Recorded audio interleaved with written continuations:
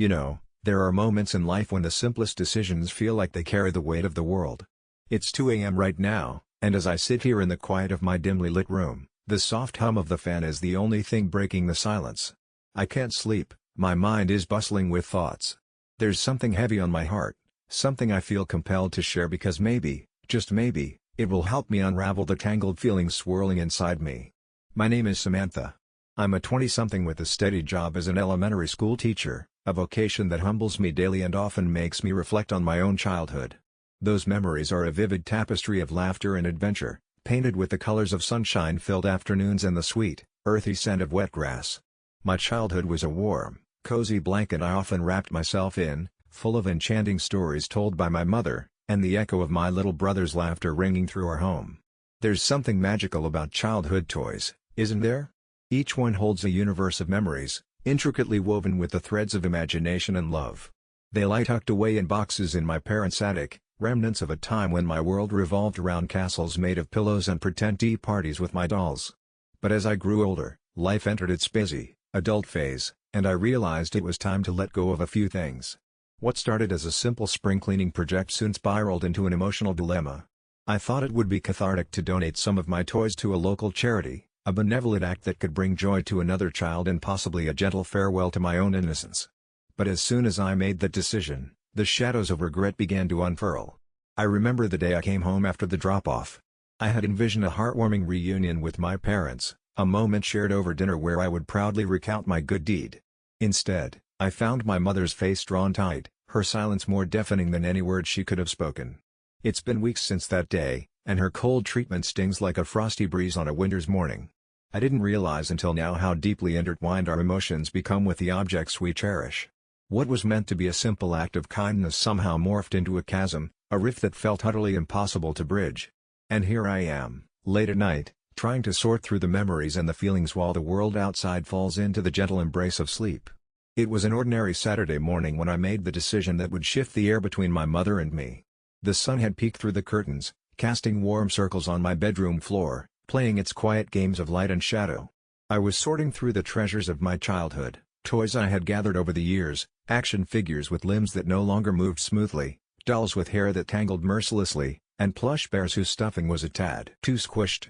I had just turned 20, and it felt like the weight of my past was becoming heavier as I had to make room for the future, a future that didn't involve a small bright room filled with plastic and fabric, but was instead ready to welcome new dreams, new adventures. I remember holding my favorite teddy bear, Mr. Snuggles, and feeling that familiar warmth creep in, the kind that cradled me through countless sleepless nights. Yet, even as I embraced him, I knew that keeping these toys meant holding on too tightly to a version of myself that was no longer present. So, after much contemplation, I decided to donate them. I pictured a child somewhere, eyes lighting up with joy at the sight of worn-out toys, each one imbued with memories, laughter, and a dash of innocence. I saw this act of giving as a gentle farewell to my childhood, a thoughtful nudge towards adulthood. I could almost hear my mother's voice echoing approval, her innate kindness shining through my own decision. But then, I can still hear the click of the door as I walked into our home after the donation, an inexplicable flutter of anticipation in my chest. I thought to share, to let her know. However, when I stepped into the kitchen, the smell of freshly baked cookies wafting through the air, I felt the tremor of something wrong shift the atmosphere. My mom stood at the counter, her back to me, hands gripping the edge as if the surface could offer her some sort of comfort. It was in that moment, as I opened my mouth to speak, that I felt the words catch in my throat. When she finally turned to face me, the softness in her eyes had dulled, and the warmth that should have welcomed me instead felt achingly distant. It was such a small moment, a frozen fragment of time, but it echoed loudly in my heart. I hesitated, words tumbling in my mind, my intentions entangled with the weight of her silence. And that's when the first cracks in our bond began to form, glimmering like tiny fractures on the surface of ice, hinting at a deeper, more unfathomable sadness underneath. I sensed the shift right then. The room felt colder, my heart sank a little deeper. With each passing second, the air heavy with unspoken thoughts and feelings, I realized I had unintentionally crossed an invisible line, and the consequences would unfurl in ways I hadn't prepared for. As I made my way to my room, I could still feel her gaze lingering on my back, a soft suffocation that told me everything I had hoped would be a joyful act had spiraled into an unanticipated sorrow. And so began the quiet chaos of uncertainty that still wraps around my heart as I lie awake, trying to piece together this tapestry of love, loss, and the meaning we often assign to the things we cherish most. In the days that followed, our home became a strange sort of quiet. The walls seemed to echo with a silence that draped over everything like a fraying blanket. My mom's refusal to speak to me felt like a heavy fog settling in the corners of our shared spaces. She would walk past me in the kitchen, her eyes focusing on all the empty spots where once vibrant toys had rested.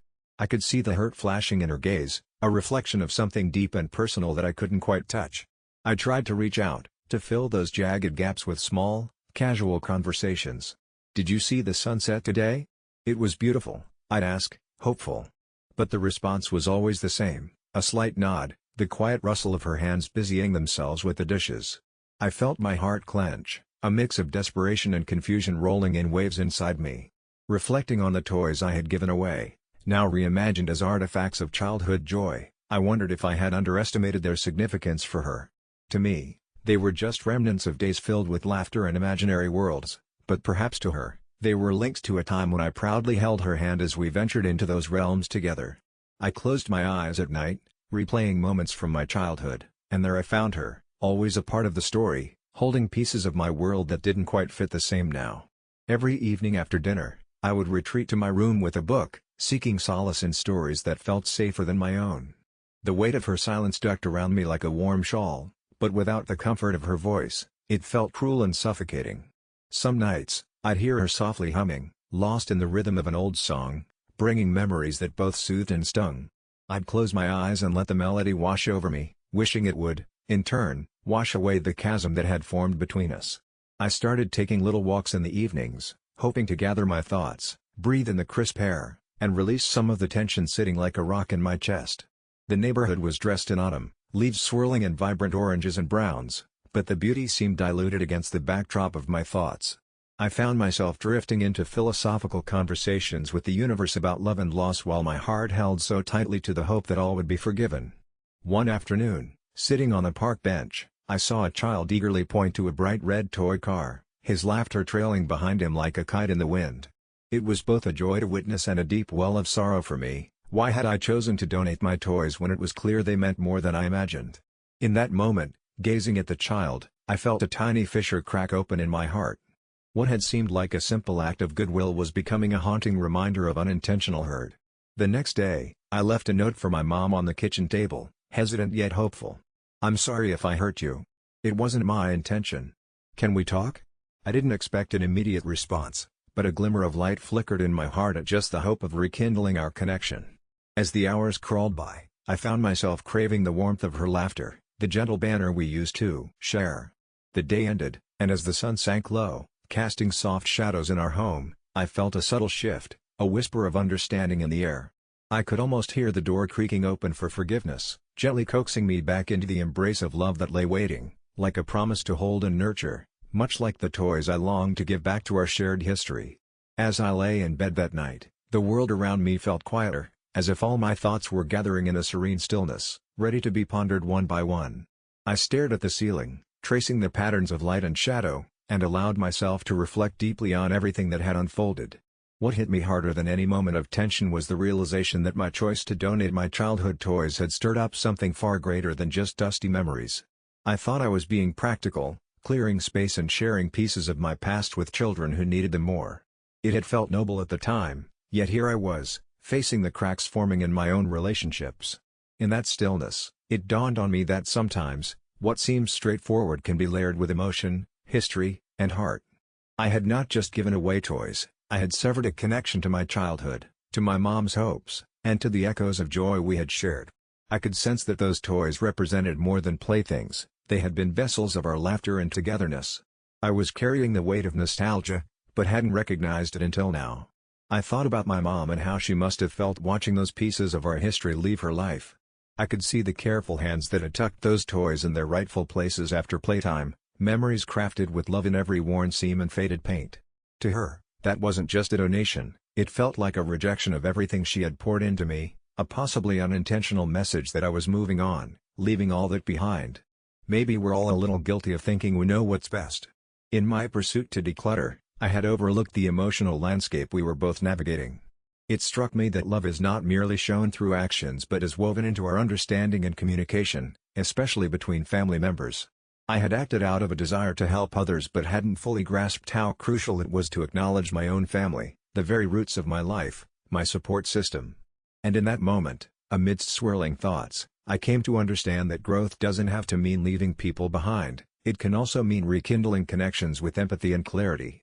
The very act of learning from this misstep could perhaps bridge the gap that had formed between us. My willingness to acknowledge my mistake was the first step in weaving back the disconnected threads. I felt a sense of clarity shining through me, like a soft light piercing the night. I resolved to approach my mom again, ready to listen as much as I yearned to be heard. It was time, this time, to offer back not just the toys but the love I knew we both carried for each other, the precious bond that, like those toys, needed nurturing in its own way. I breathed in deeply, feeling lighter yet richer with this understanding. Tomorrow would mark a new beginning, and for some reason, that thought filled me with warmth, wrapping me in a comfort that whispered healing was on its way. As I lay in bed that night, the world outside my window was a swirl of silver moonlight and gentle shadows. Everything felt still, as if the universe was holding its breath just for me. I could hear the familiar sound of my mom humming an old tune in the kitchen, a melody that painted our home with memories of laughter and warmth. And in that moment, I realized that life was far too fleeting to cling tightly to sadness. With every soft note weaving through the air, I decided it wouldn't just be about the toys anymore. I wouldn't approach this as a transaction to make things right, I wanted it to be something deeper, a way to reconnect with the heart we both shared. My thoughts drifted to my childhood, the moments I had spent playing, creating, and dreaming. Those toys had been extensions of our love, not just objects to hold onto. I sat up, the fabric of my sheets soft against my skin, a reminder of all the comfort I'd taken for granted. This couldn't just be an apology wrapped in words. It needed to be a celebration of who we were together, of my mom's kindness, her sacrifices, and our shared memories that I would carry in my heart no matter the distance. Tomorrow, I knew, I would approach her with stories of those toys, the games we played, the afternoons spent giggling as we built forts and castles made of pillows. I would show her that I still cherished those moments, that they had shaped me into the person I was becoming, even amidst my missteps. I wanted her to understand that they had served their purpose and could lead us to a better understanding of each other. With a soft sigh of relief, I lay back down, letting my heart swell with hope. I felt as if the air in my lungs had been renewed, lighter and sweeter than before. I could almost visualize the two of us laughing in the sunlight, the past intertwined with the present, our bond unfolding like one of those beloved toys all over again. It was time to let the shadows fade, to step into the light of forgiveness and understanding, to embrace a new beginning hand in hand.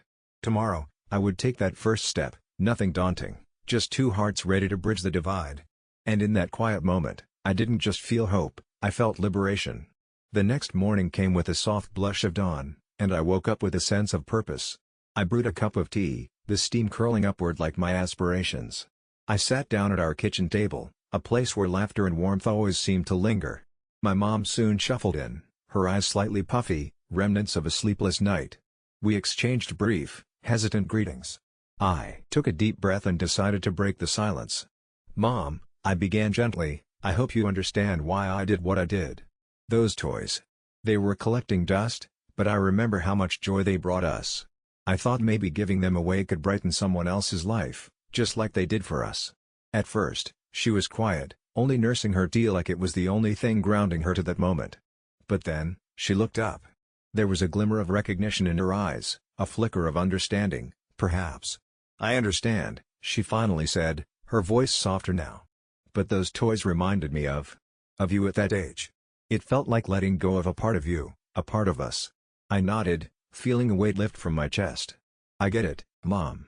And I want you to know that you'll always have those memories with me. Nothing can take that away. I just thought, maybe it's time we let ourselves grow a little." We sat together at the table, the silence stretched but no longer filled with tension. It felt like a shared embrace, a comfort as familiar as the toys we once cherished. Slowly, she reached out and squeezed my hand, a small gesture, but it felt monumental. Those moments we had shared over the years, filled with laughter and comfort, began to gather like threads, a tapestry woven with our shared love. Over the days that followed, we began to talk more openly. Each conversation was delicate yet deep, like the opening of a precious flower. I could see her walls coming down, and in return, I found myself feeling less burdened by the weight of my choices. In the weeks that followed, we even made a plan together, an outing to the local charity where I had donated the toys. We volunteered, sorting through donations, packing boxes, and sharing genuine laughter amidst our work. In those moments, I discovered something indescribably beautiful. The act of giving connected us in a way the mere presence of toys could not. By the time we returned home, our hearts felt lighter, freer. It was as if both of us had been released from a past that, while bittersweet, had also been transformed into something new and hopeful. Mom still keeps a few favorite toys tucked away in the attic. When I asked her about it, she smiled softly, telling me they were cherished reminders of a different time but also of how far we've come. They symbolize our past but also highlight the strength of our present bond. Sometimes we'd pull out those gems, giggling at how silly they seemed now, yet, in each other, we found comfort and acceptance.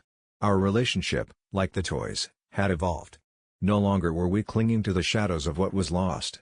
Instead, we embraced the light of what could be, together. And every night when I lay down, I still feel that gentle rush of liberation. It's an affirmation that sometimes, by letting go, we open ourselves to deeper love and understanding. The journey may have started with my childhood toys, but it grew into a path where we both could heal, hand in hand, ready for whatever comes next. So here I am, a little wiser and a little lighter, reminding myself that sometimes love means letting go, not just of things, but of old wounds and misunderstandings. In the end, we create space not only for new memories but for renewed connections. After all, it's in the act of release that we truly learn to hold each other close. There's a quiet that settles over the neighborhood at night, the kind that wraps around you like a favorite blanket. I love those moments when everything slows down, the world tucking in for sleep, the only sounds being the soft rustle of leaves or the distant hum of a car passing by. I often find myself sitting on my porch, a warm mug of tea cradled in my hands, watching the streetlights flicker to life against the dusky sky. I live in a cozy little town, one of those places where everyone knows each other, and the rhythm of life feels predictable and safe. My neighbors are a patchwork of personalities. There's Mrs. Rodriguez, who bakes the best key lime pie, and the Johnsons, who always throw the wildest Halloween parties. Then there's Sarah, a single mom with two spirited kids, Lucas and Sophie. While I admire her tenacity, I can't deny that life with them has become a whirlwind of chaos more often than not. I met Sarah a couple of years ago during one of those spontaneous neighborhood get-togethers. She shared stories that would have me laughing until my sides hurt, her words spilling out like dance notes. But beneath that vibrant exterior, I could sense an undercurrent of exhaustion. We bonded quickly, over coffee, over shared frustrations about work, and our mutual love for rainy days. But as our friendship deepened, so did Sarah's requests. "Could you watch the kids just this once?" she'd say, her eyes wide with hope. And of course, I couldn't refuse. Who could say no to those eager little faces eager for adventure?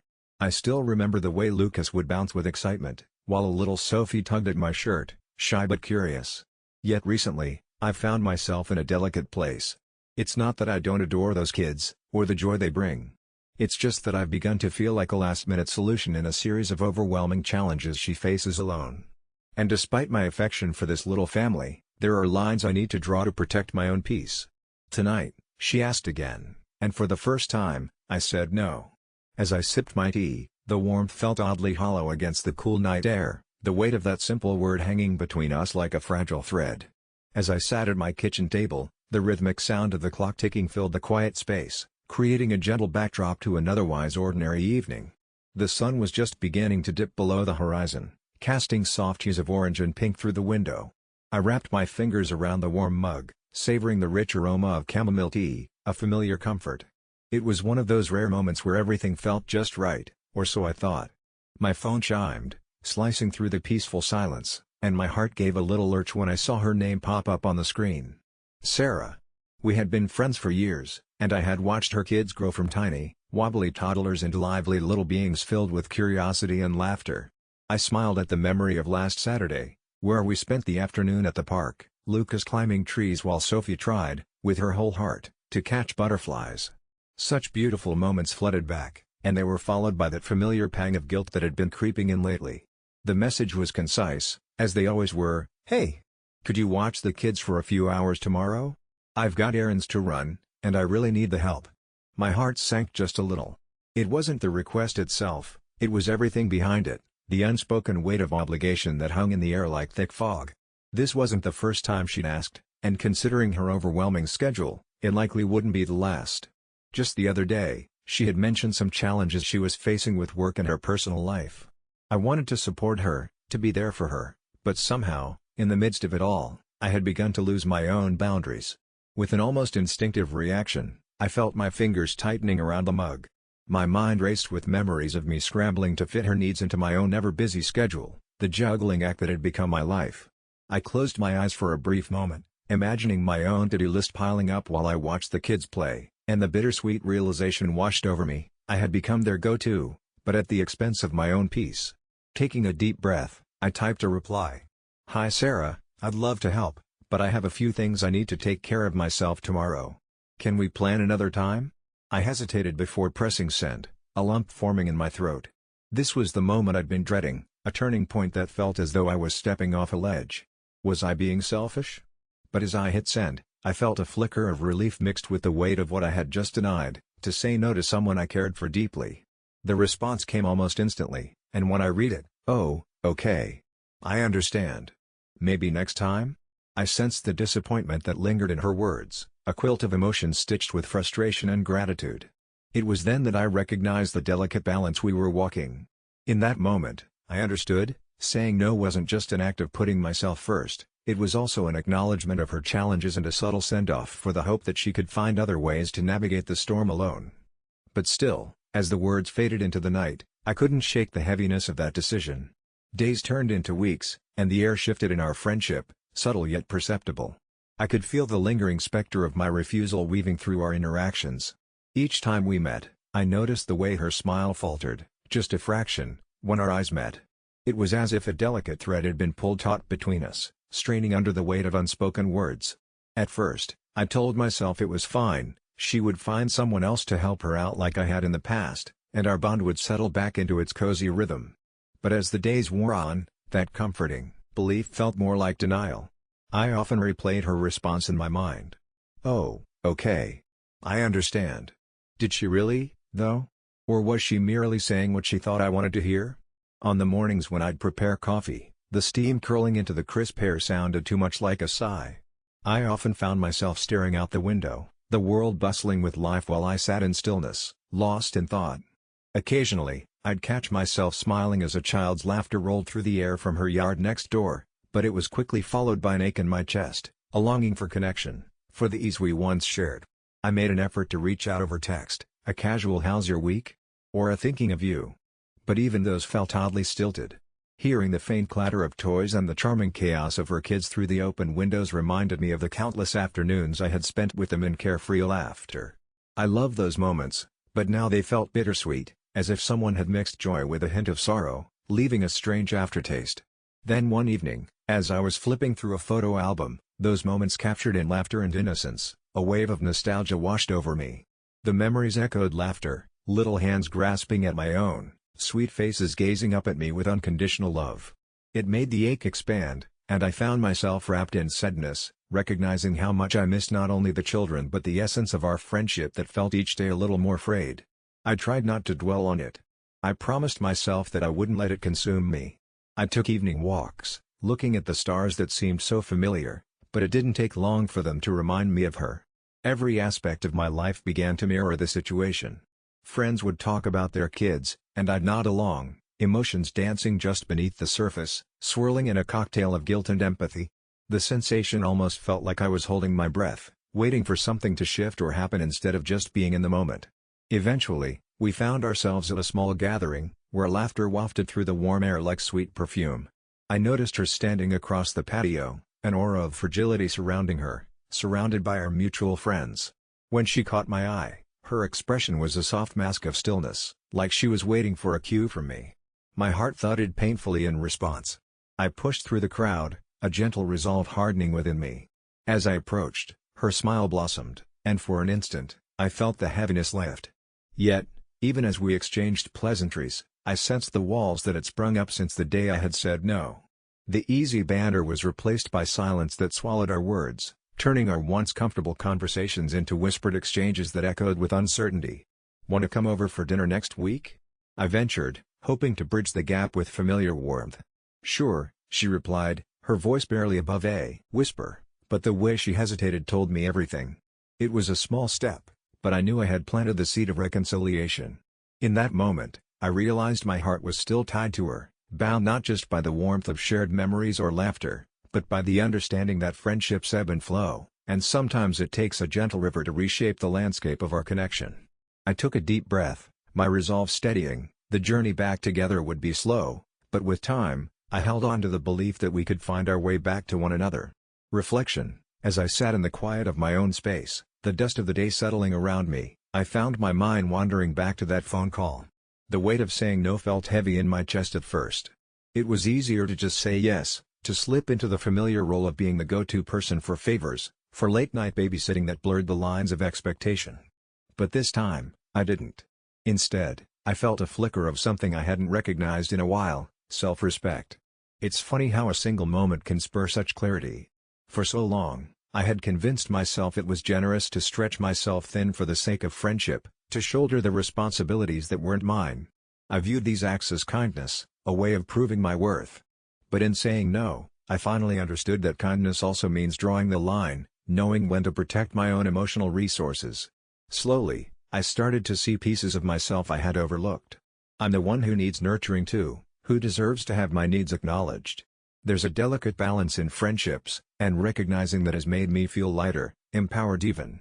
I began reflecting on the time I would have poured into those weekends of babysitting, the moments I could have devoted to what truly fills me up. Baking at home, curling up with a good book, or simply taking a stroll with the trees whispering their secrets to me.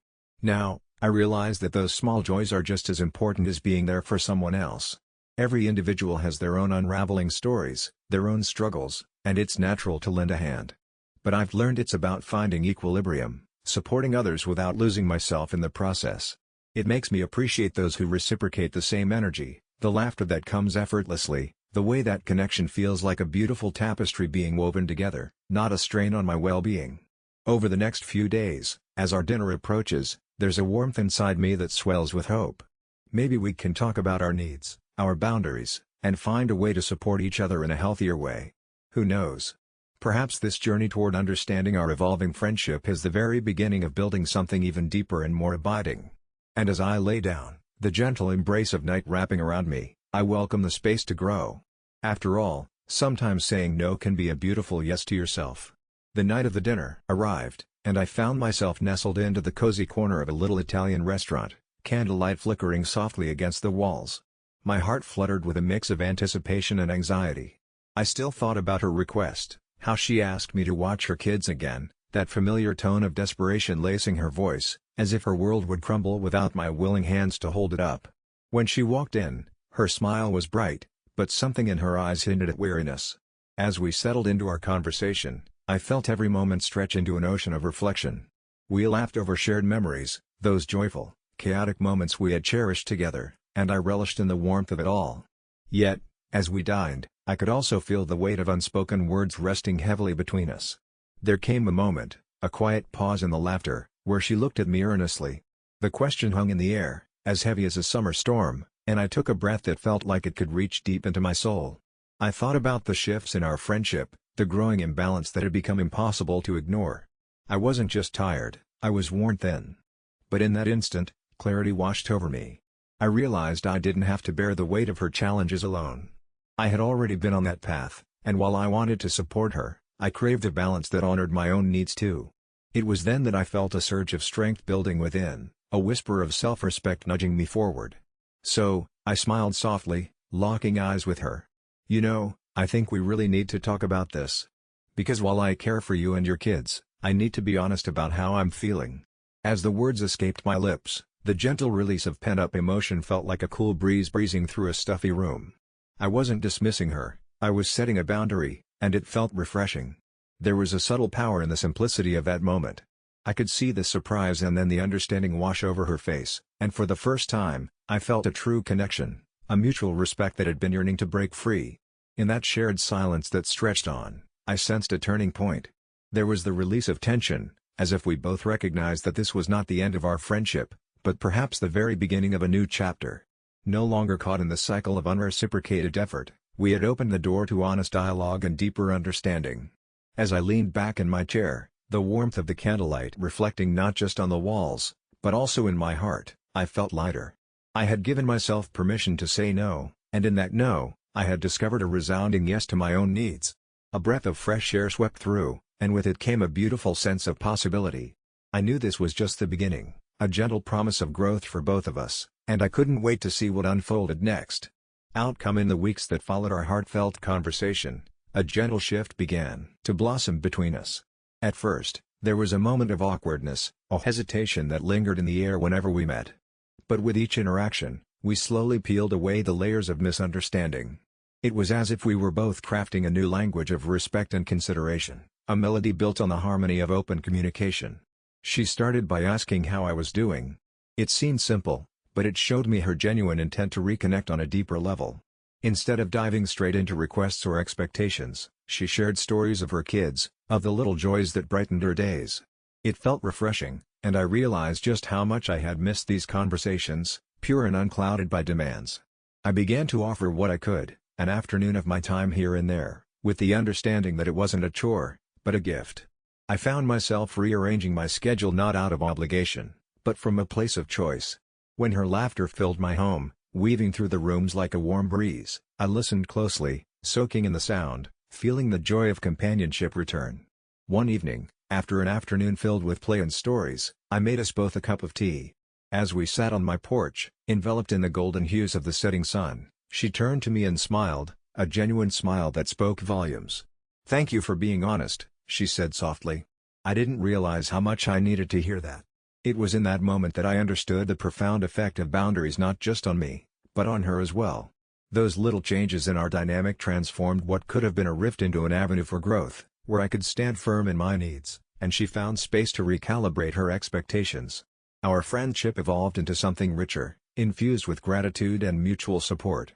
We had both taken those first, sometimes scary steps towards honesty, which were now grounding us in a beautiful and balanced place. The tension that once resided in our exchanges was replaced by a newfound respect, a gentle understanding that we were equals in this dance of life, neither of us needing to sacrifice too much at the altar of friendship.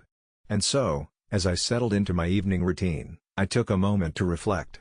The flicker of the candle on my desk mirrored the warmth in my heart, a flame not just kindled by my choice to assert my boundaries but also fanned by the trust that was igniting between us.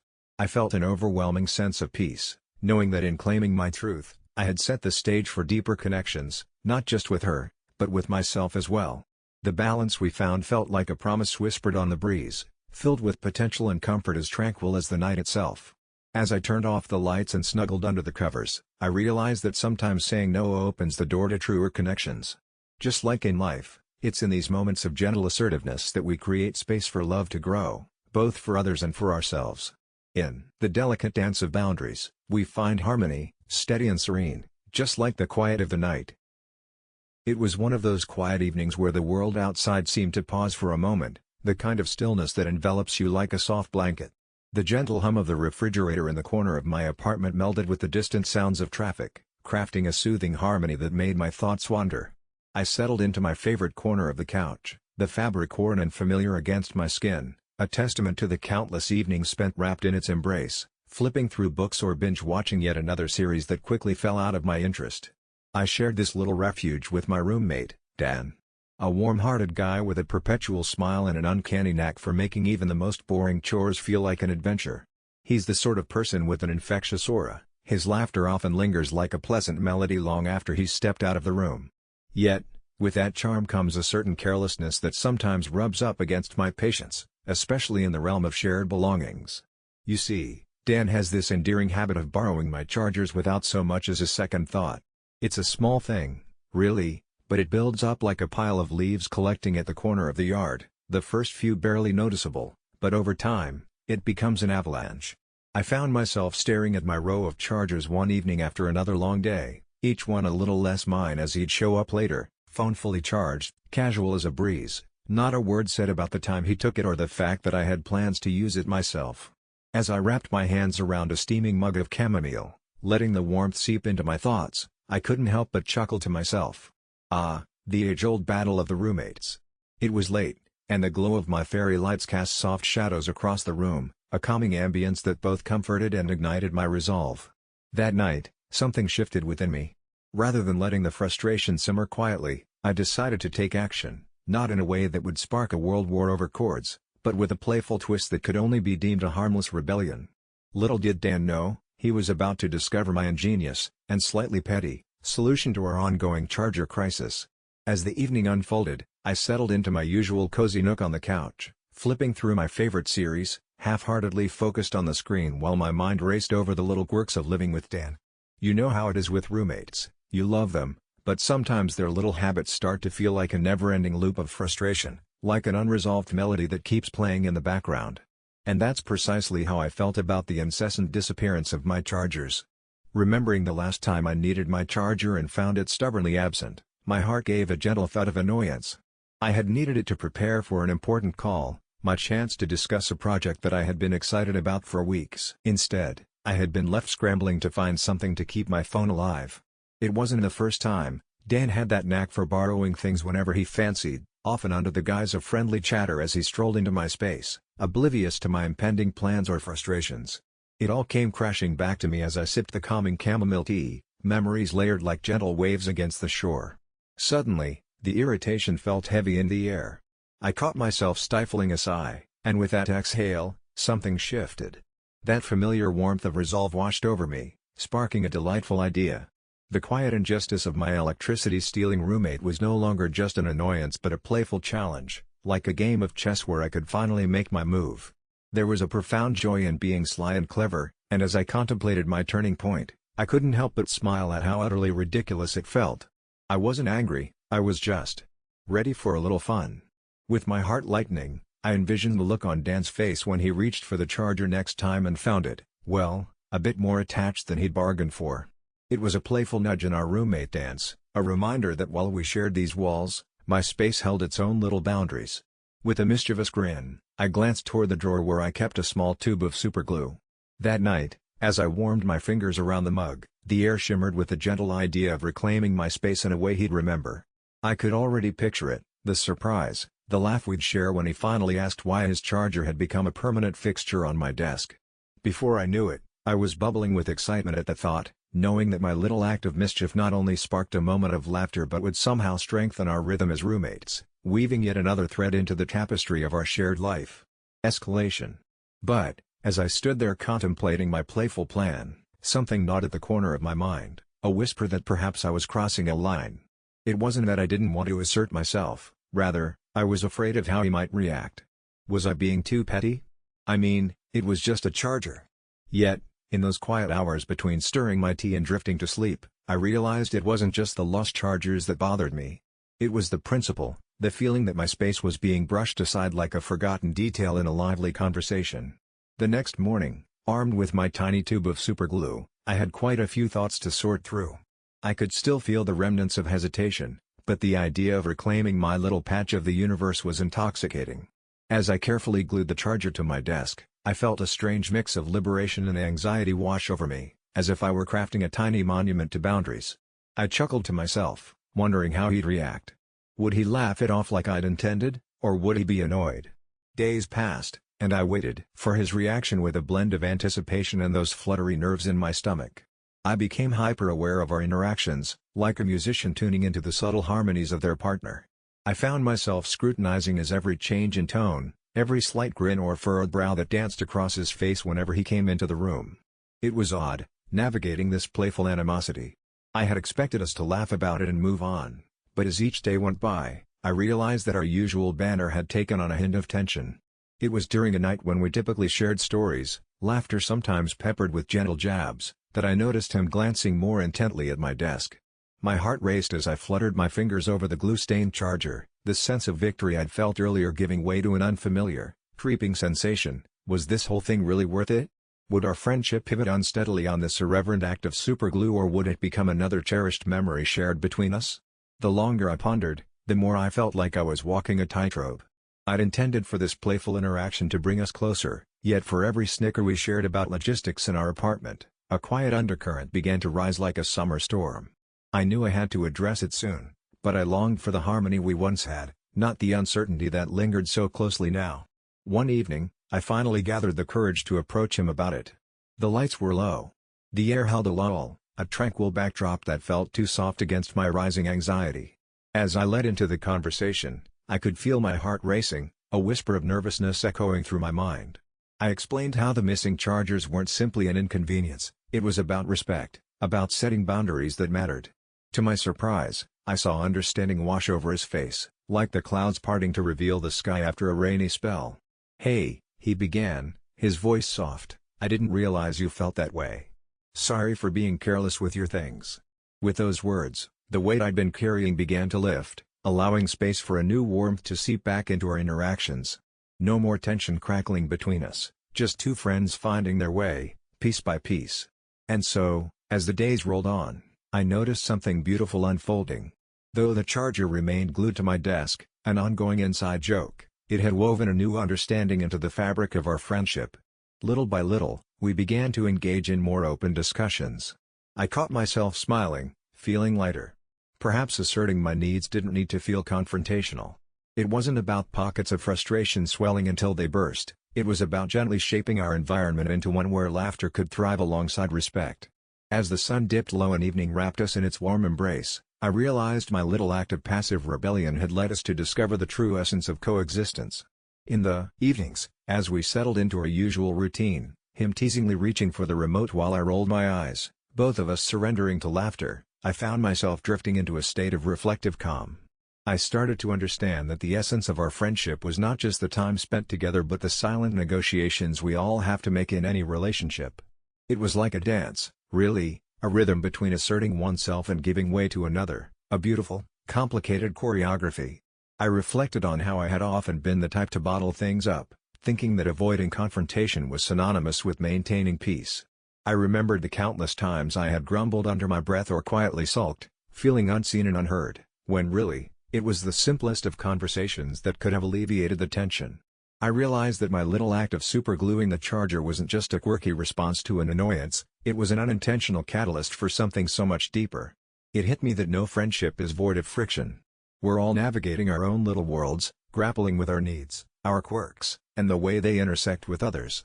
What's crucial is finding that sweet spot where both can coexist without derailment. I found myself appreciating the little details, the way he laughed at my antics, the subtle nods of understanding when I picked up on his unspoken struggles. The superglue, in its own stubborn way, served as a turning point, inviting us to be braver in sharing our thoughts. As I lay in bed, I breathed out the realization that compassion plays a big role in these moments. It encourages empathy toward both ourselves and others. I started believing that perhaps sharing my boundaries with kindness wasn't an act of aggression but a chance to enrich our friendship. And amidst the soft shadows of twilight, I felt lighter, freer, like I had stepped into a new version of who I was, one where understanding and connection flourished, not in spite of our differences, but because of them. Tomorrow, I told myself, we would talk about how to better share our space, our time, and yes, even our chargers. With the stars peeking through the curtains, I couldn't help but smile at the thought of us navigating this journey together, bound by laughter, respect, and the occasional glued-down charger. Ultimately, it's about walking side by side, finding alignment, and creating a world where both of us felt valued. And with that comforting thought wrapped around me, I drifted off to sleep, knowing that this little experiment had sparked something beautiful in my heart, a willingness to communicate, to connect, and to celebrate the wonderfully messy nature of friendship. As I lay there, listening to the soft hum of the city outside mingling with the gentle rustle of the leaves, an unexpected warmth washed over me. I glanced over at the charger I had so defiantly glued down earlier, and instead of feeling resentment, I felt a lightness. It was a small, silly act, but in that moment, it began to symbolize something deeper, a commitment to understanding rather than battling against the small irritations of everyday life. At that very second, I realized that I didn't want to play the blame game anymore. The frustrations I felt around my space being invaded by his inexplicable need for my chargers had masked a larger truth. I was letting minor inconveniences disrupt the real connection we shared. Life is far too precious to spend bickering over wires, I thought, or resenting someone for not reading my mind. As I closed my eyes, the image of the two of us, him with his messy hair, sun-kissed skin, and that smile that reminded me of morning coffee, came to mind. Tomorrow wasn't just another day, it would be a chance to forge a new path, one illuminated by clarity and honest conversation. I could acknowledge my need for boundaries without creating a wall. Instead of resentment, I envisioned laughter and playful banter as we discussed how to share our space, our time, and yes, even our chargers. It felt liberating to let go of the negativity I had held tightly. I would approach him not as an adversary for my belongings but as a partner in this shared adventure of life. What would an open conversation look like? What if it led to more than just an agreement on chargers? What if it brought us closer? With that delightful thought floating in my mind, I drifted into a deep sleep. I let go of my irritation, replaced by the promise of a morning filled with laughter, empathy, and perhaps even a shared cup of coffee as we turned the chapter on our little saga of chargers into a story about teamwork and understanding. The next morning, the sun peeked through the curtains, washing the room in a gentle, golden hue.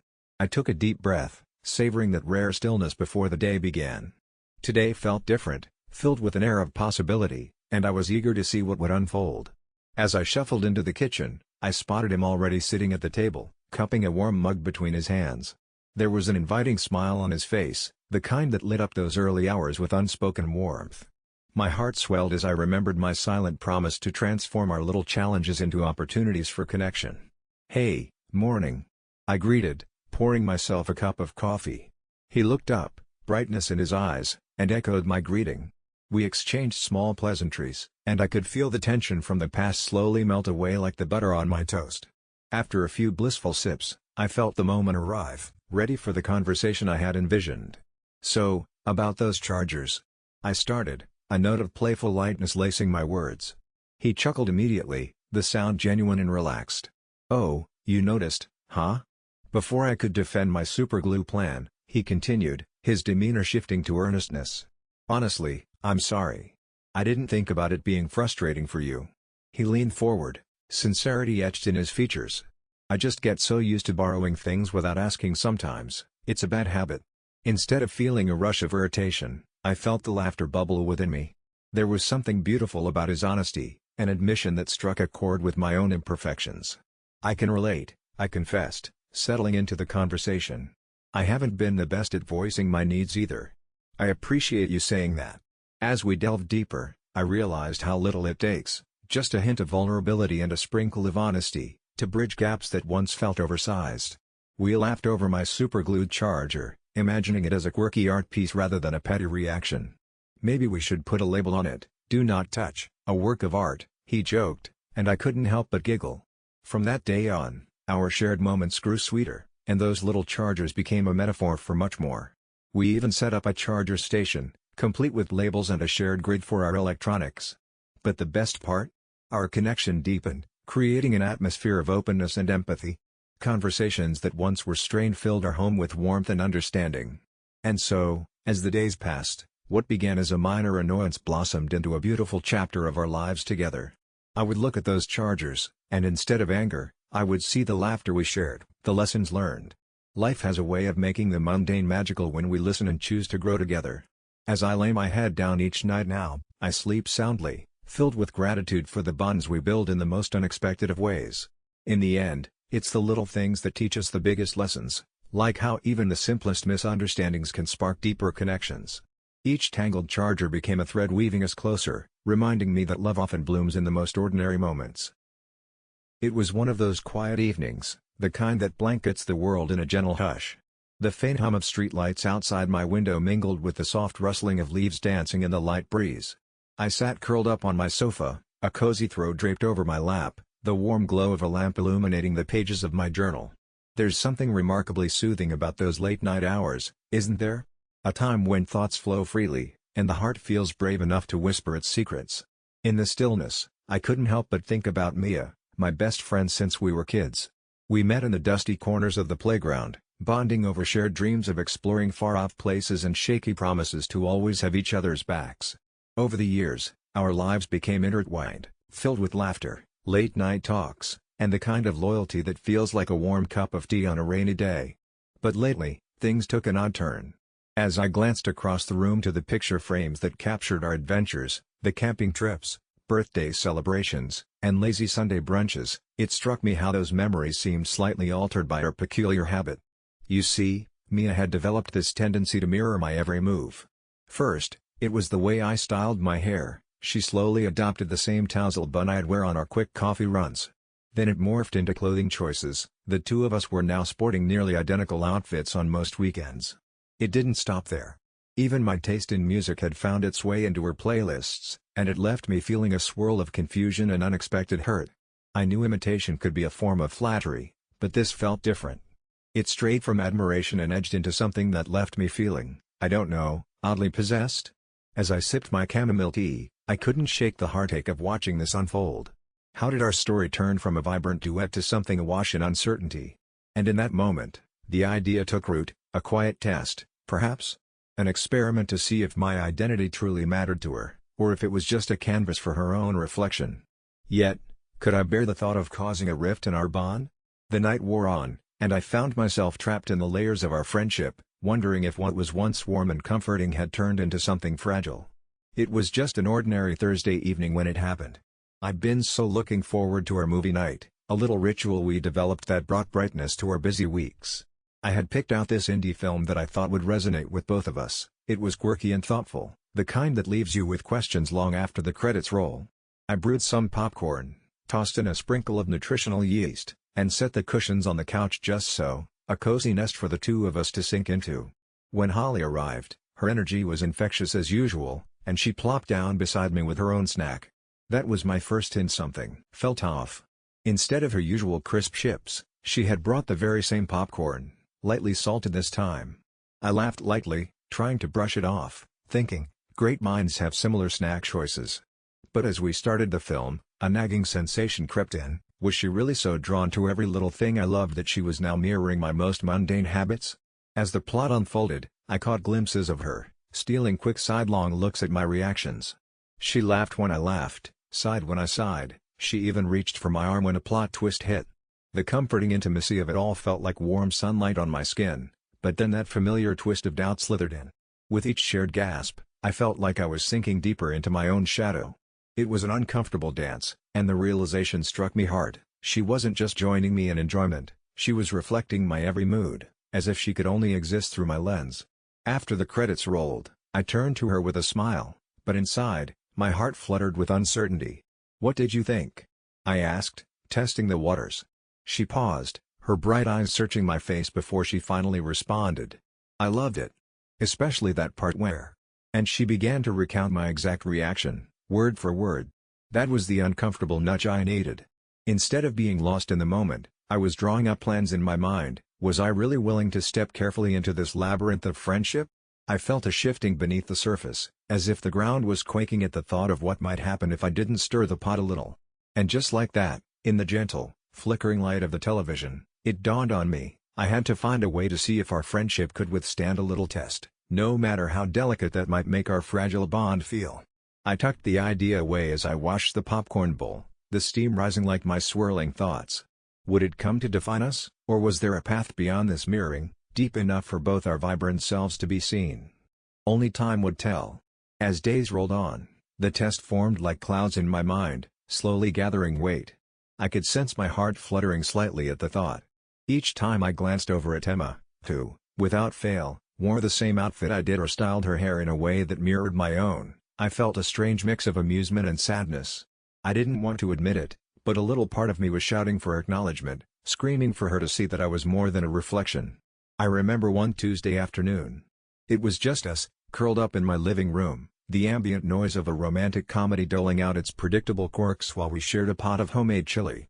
We'd decided to have a chili cook-off, but let's be real, we both knew my recipe was definitely the better one.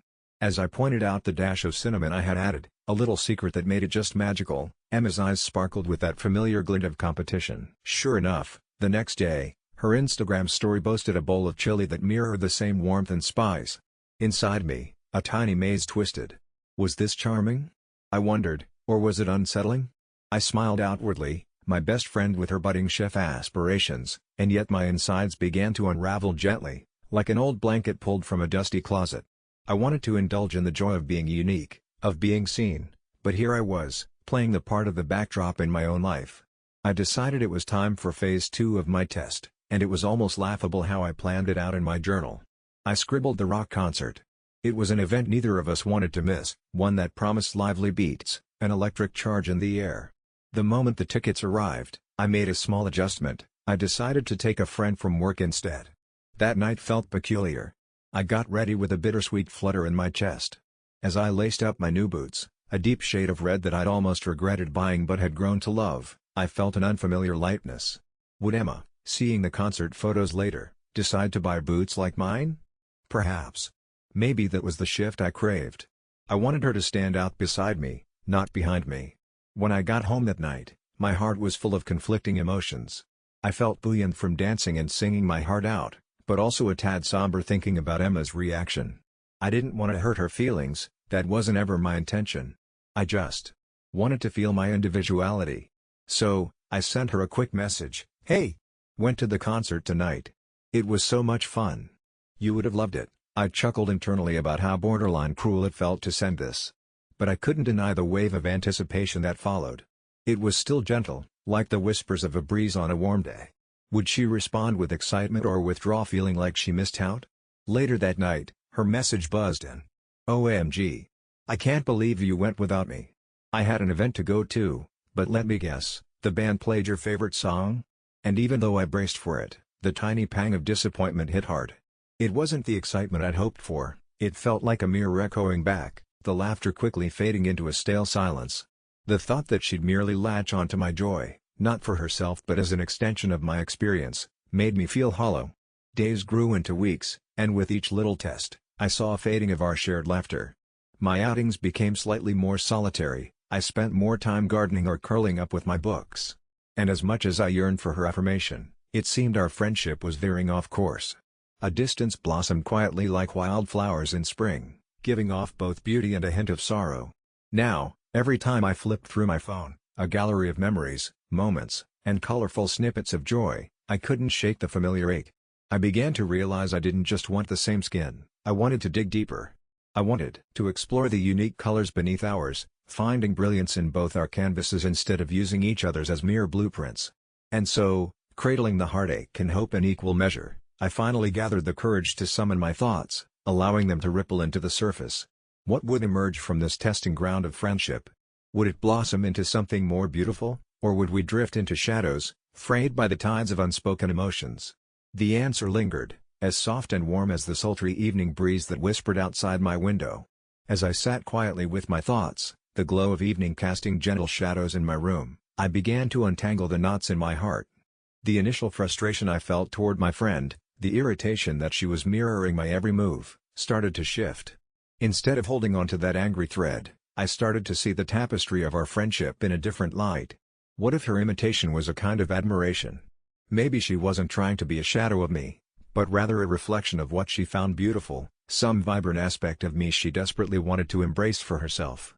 That realization twisted the familiar discomfort into something tender. It reminded me that our connections are often much more complex than we assume. In the quiet moments that followed, I found myself thinking about my own motivations. Was I living authentically, or was I too preoccupied with the fear of being copied to explore my own muse? Maybe I had been seeking validation in the wrong places, differentiating myself at every turn when instead, I could have welcomed her enthusiasm. It illuminated a thought: perhaps it's not about defining ourselves against others but rather celebrating the symphony of our shared experiences. I pondered on the gifts we brought into each other's lives, a blend of vibrant strokes that painted our shared canvas. The urge to compete faded, replaced by a desire to delve deeper into our distinct colors, our own dreams, and passions. What if we could embark on a journey together, learning from one another, building confidently on each other's strengths? I realized this wasn't just about her imitating me, it was about understanding our complexities as friends and beyond. I thought about how often I hurriedly wrapped myself in layers to protect my own uniqueness, and in doing so, I might have missed out on deeper connections. The idea of inviting vulnerability into our friendship felt liberating, even exhilarating. As I took a breath, surrendering my worries to the evening breeze, I found peace. Perhaps this wasn't a test at all but rather an invitation, to lean into our similarities, confront our insecurities, and discover how we might intertwine our stories in a way that strengthens us both.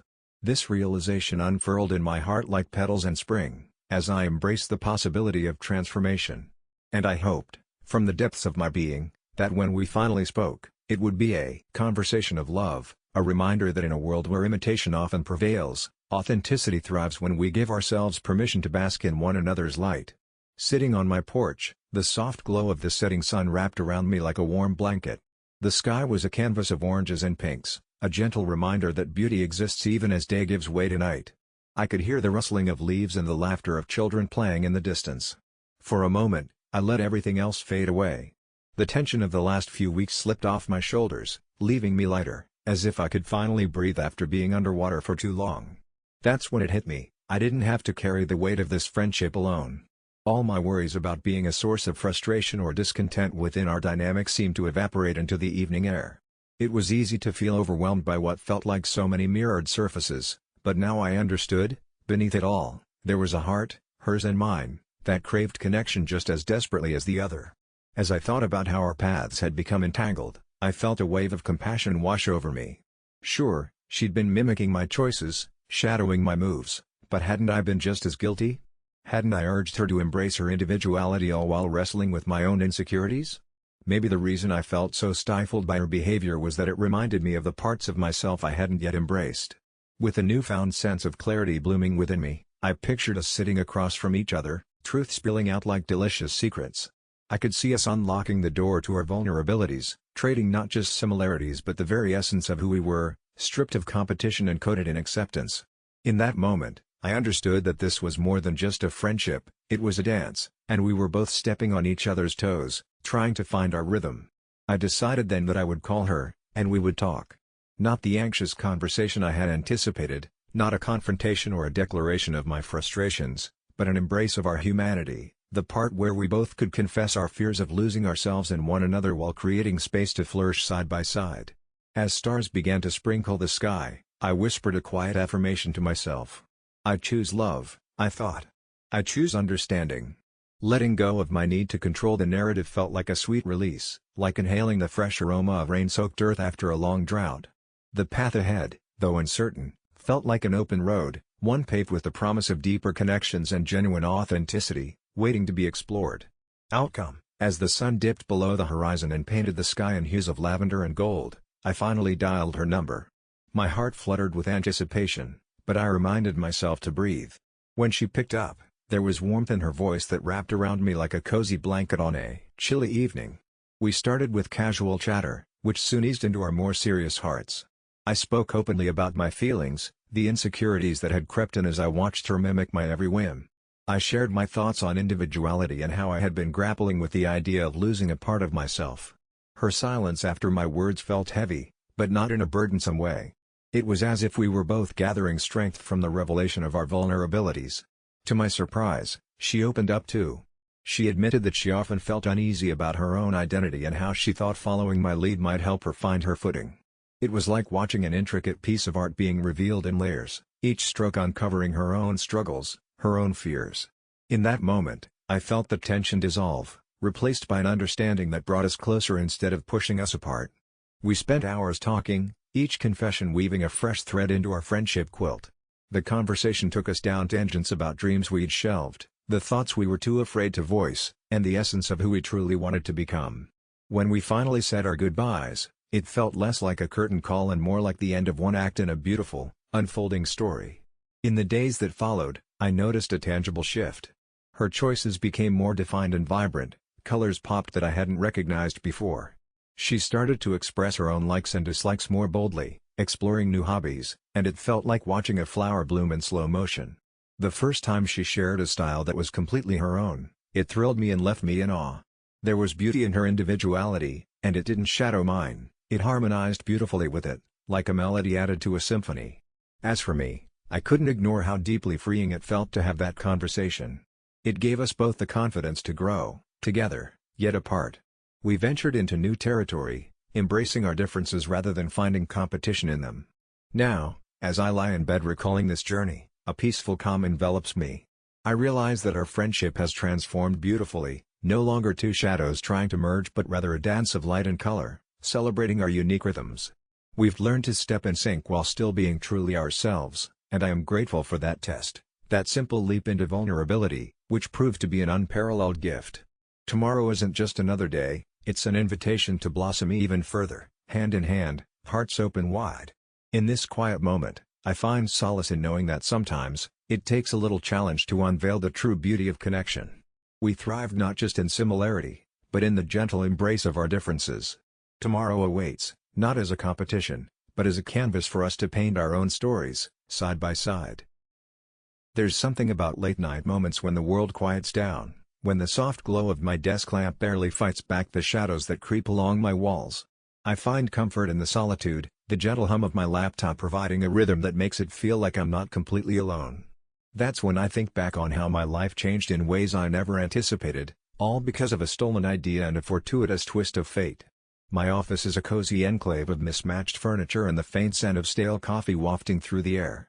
It's a place where laughter often intertwines with the tapping of keyboards, where we share moments that range from jubilant celebrations to the occasional sigh of exasperation. I can still picture Anna, with her ever-present bright red lipstick and the way she effortlessly lights up the room with her laughter. And then there's Mark, who never met a deadline he couldn't push back just a little further. Often, his charm masks a deeper ambition, one that I learned to watch for, though I never expected to clash with it. I pour a cup of herbal tea, its warm aroma wrapping around me like a familiar embrace, and settle onto my couch, where the cushions sink softly beneath me. It's funny how positioning ourselves within our surroundings can make such a difference. The quiet hum of the evening cradles my thoughts, inviting them to spill out freely. In our shared office space, bound by our shared goals and aspirations, I felt safe until one day, the day everything changed. You see, I had an idea. A simple, honest moment born out of a late-night brainstorming session, and like a freshly bloomed flower, it brought with it the hope of a brighter future. My heart had swelled with excitement as I shared it with my colleagues, particularly with Mark. I wanted to be part of something bigger, something that would reflect not just my efforts, but the collective heartbeat of our team. But then, just days later, I watched in disbelief as he transformed my words into his own, parading it around as if it had bubbled up from his own genius. As I sit here listening to the distant sound of crickets chirping and the occasional rustle of leaves outside my window, I find myself reflecting on that moment of betrayal. But this isn't just a story of heartbreak, it's about resilience, about finding one's voice, even when it feels muffled. It's about realizing that sometimes the world doesn't play fair, and we have to seize our opportunities in ways we never imagined. So, let me take you on this journey of self-discovery, coincidence, and a dash of sweet, sweet revenge, as I unwittingly navigated my coworkers' ambitions while forging my own path. It was just another ordinary afternoon in the office, the buzz of coffee machines and quiet conversations creating a comfortable background hum. I remember settling into my usual corner desk, sunlight filtering through the blinds and casting soft stripes across my notepad. I'd been drafting what I genuinely believed could be a game changer for our upcoming project, a new strategy meant to boost our outreach efforts and, hopefully, our engagement. I had spent nights envisioning the details, perfecting every word, and it felt like I was walking on euphoric clouds as I prepared to share it with the team.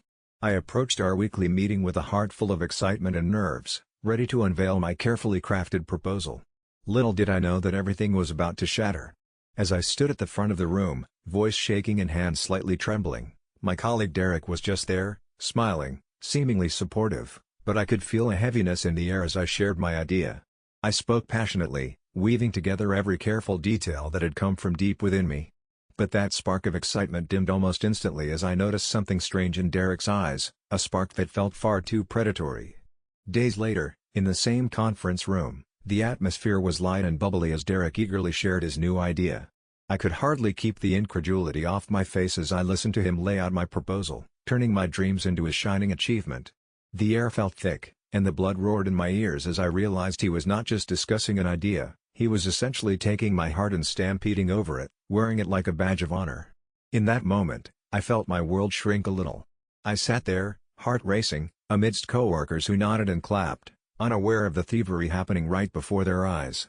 I remember staring at the polished boardroom table, tracing my fingers over the wood grain as if it could ground me. How could he do this?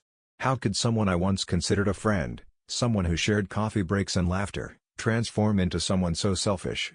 After the meeting, I walked to the bathroom, splashed cold water on my face, and tried to breathe through the tightness in my chest.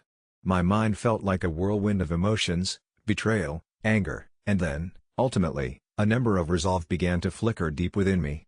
I might have felt small at that moment, but I wasn't finished yet. My ideas were mine, alive, and just waiting for the right opportunity to blossom. And so, as I took a deep breath, I realized that I didn't just want to reclaim my voice, I would rise from the ashes left by Derek's betrayal. The journey would require bravery, but in that quiet little moment, a soft understanding began to bloom. Maybe it was time to show everyone, especially myself, what I was truly capable of. As the weeks passed, the tension between Derek and me felt like a low hum in the air, always present but never addressed directly. It was strange how something so subtle could seep into my daily routine. I found myself stumbling through coffee breaks, filled with forced laughter and well-practiced smiles, while inside, my heart felt heavy, like I was cloaked in a thick fog each day. I began to notice small changes in myself. Mornings turned into rituals of quiet contemplation, where I would sip my coffee and watch the sunrise filter through my kitchen window, its gentle light causing the simple things, the cluttered counter, my small pot of medicinal basil, to feel a little bit special. I never expected to find solace in these small moments, yet they became the anchors in my troubled sea of thoughts. As I adjusted to this new resolve, my colleagues began to notice something different about me.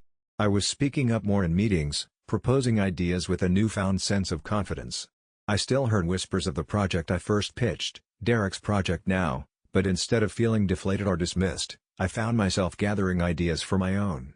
I started sketching out plans for a new initiative, one that could not only showcase my talents but also offer something fresh to our team. The spark of inspiration felt exhilarating, almost like the first breath of fresh air after a long undercurrent of frustration. Late nights at work morphed into quiet mornings of drafting and refining, a symphony of clicks on my keyboard as creativity flowed freely. I could feel the embers of my determination growing stronger each day, bright and alive. Then came that fateful day when my supervisor called an impromptu meeting. I remember gathering with my colleagues, the usual buzz of chatter overshadowed by an undercurrent of anticipation. It felt like something shifted in the atmosphere, a collective awareness of possibilities. And then, it happened.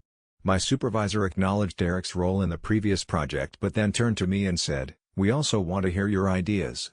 What are your thoughts on pushing things forward?" In that fraction of a moment, I could feel my heart racing, but instead of fear, it was laced with a heady mix of excitement and clarity. I took a breath and shared my proposal, my vision unfurling before them like the petals of a flower awakening to the sun. I spoke elegantly, each word feeling substantial, no longer just an echo of someone else's thought. As I finished, there was a moment of silence in the room, a breath of unexpected recognition hung in the air. I dared to meet Derek's eyes, and the flash of surprise there made my heart flutter. Somewhere inside, I felt a wave of empathy for him. We were just two people navigating our own paths. But as his expression flickered from confusion to frustration, I realized this was no longer about him. This was my time. After the meeting, as I returned to my desk, I couldn't help but smile. A sense of calm washed over me, soothing the tattered edges of the turmoil I had felt the weeks before. The clouds had parted, and I could see my way ahead, a path that now felt brighter and clearer than it had before. I was reclaiming not just my ideas but also my sense of self. Each day that followed, I felt lighter, almost like I was wandering through a garden I finally recognized as my own. My work became a celebration of creativity, rather than a battle for recognition. Conversations with my coworkers flowed more easily, and I could laugh freely without that lingering taste of bitterness. I felt like I was building something gently within myself, one tender brick at a time. The universe has a way of taking the weight off the shoulders of those who learn to rise, I thought to myself one peaceful evening as I tucked away the papers filled with dreams and sketches of what could be. In the serene embrace of twilight, I realized that I wasn't just recovering from a betrayal, I was transforming within it, and I was starting to like this new version of myself. As I sat there, the soft glow of the setting sun filtering through my window, I let my thoughts wander back to that moment when I decided to take a stand for myself. It struck me how deeply I had been tied to the notion of validation, how I had let someone else's actions define my worth. It's funny, isn't it, how we often tether our self-esteem to the opinions of others, as if their acknowledgement somehow sweetens our own sense of achievement. But in doing so, I realized I had neglected something far more important, the relationship I had with myself. It dawned on me that I had always been searching for approval from my peers, feeling like I needed to prove my ideas were worthy right from the start. I craved that nod of recognition like it was the fuel for my fire. But now, I understood that true fulfillment doesn't come from accolades, it comes from the joy of the process, from creating something that speaks to your soul. I noticed how, after that initial burst of anger and disappointment, I started to revel in the freedom of simply being me, without the constant weight of comparison. Each project became a piece of me, not just a vehicle for praise. It was like discovering a new shade of color in my own personal palette, a soft whisper that said it's okay to stand confidently in my own light, without needing anyone else's approval to validate my brilliance. There was a comforting realization that washed over me: it's not always about what happens to us, but how we choose to respond. I had the ability to reclaim my narrative, not just for the sake of revenge or competition, but as a declaration of self-acceptance. I learned that I could walk into that office each day, not thinking about the credit I might receive, but rather about the contributions I wanted to make, sharing joy, ideas, and creativity, letting the experience be my reward. I found myself smiling at the little moments. Coffee breaks became a sanctuary, not a battlefield. I laughed more, took risks, made connections. And through all this, I started to cultivate a kind of resilience that felt utterly freeing. My coworker may have taken credit for my idea, but the beautiful irony was that he had inadvertently gifted me something far more valuable: a deeper understanding of what I was capable of when I leaned into my own power. It's funny how life nudges us, isn't it? Sometimes, it takes a stumble to find our footing. Now, I don't just feel empowered, I've become someone who celebrates others' contributions too, recognizing that every voice adds to the chorus of creativity. We've all got our battles, after all, and I'm learning that collaboration can spark even the brightest ideas. As the day drew to a close, I folded the pages of my work, filled with fresh inspiration, new dreams ready to take flight. This chapter may be just the beginning, but it's a beautiful one, and I'm excited for what's next. I can't wait to see how far my newfound sense of self will take me. Every step feels lighter now, and every idea a reflection of who I am, not just a desperate reach for approval. And with that, I lay down, feeling a profound sense of peace, knowing that I have finally anchored myself firmly in my own truth. As the last rays of sunlight dipped below the horizon, I sank into my favorite corner of the couch, the soft fabric cradling me like a warm embrace. The day's events had wrapped around me like a comforting blanket, but there was still a flicker of tension deep within, a small knot of uncertainty that held on tightly. I closed my eyes and took a slow, deep breath. The world around me faded, replaced by the swirl of thoughts from earlier. The pressure to prove myself had always felt like a weight on my shoulders, driving me to chase recognition in the chaotic rhythm of corporate life. But tonight, something was different. Maybe it was the glint of possibility I'd discovered in collaboration, or the realization that validation doesn't solely come from others. In that stillness, the moment crystallized: if my coworker chose to take credit for my idea, that was his choice. I had the power to take control of my own narrative. I could either stay trapped in the past or step into a future where my thoughts, my creativity, could flourish without comparison or competition weighing them down. The decision unfolded in my mind like a blossoming flower, gentle and yet vibrant. I didn't need to claw my way to the top or disparage someone else's success to find my own. No, I could carve out my space and thrive, creating a path illuminated by my voice. I envisioned the promotion that awaited me, not as a trophy to be won at someone else's expense, but as a culmination of the respect and growth I was cultivating within myself and with my team. It was as if the breath I exhaled released all that resentment I had harbored, an emotional cleansing. I smiled softly, feeling lighter, almost buoyant. The air in the room felt fresh and alive, and on a whim, I opened my eyes to catch the twinkling stars beginning to emerge outside my window, each one a reminder of infinite possibilities. In that tranquil moment, I promised myself that I would no longer dwell on others' choices or their missteps. I would embrace my strength and the community I was beginning to forge around me.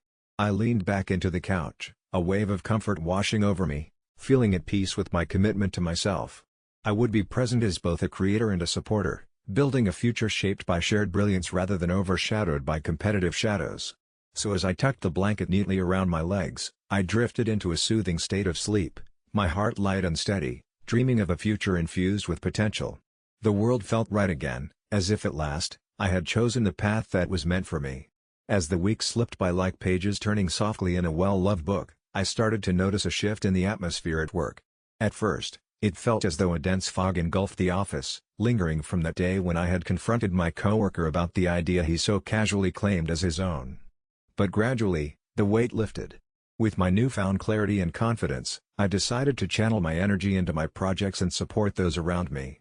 The lines of communication opened, and I felt more connected to my teammates.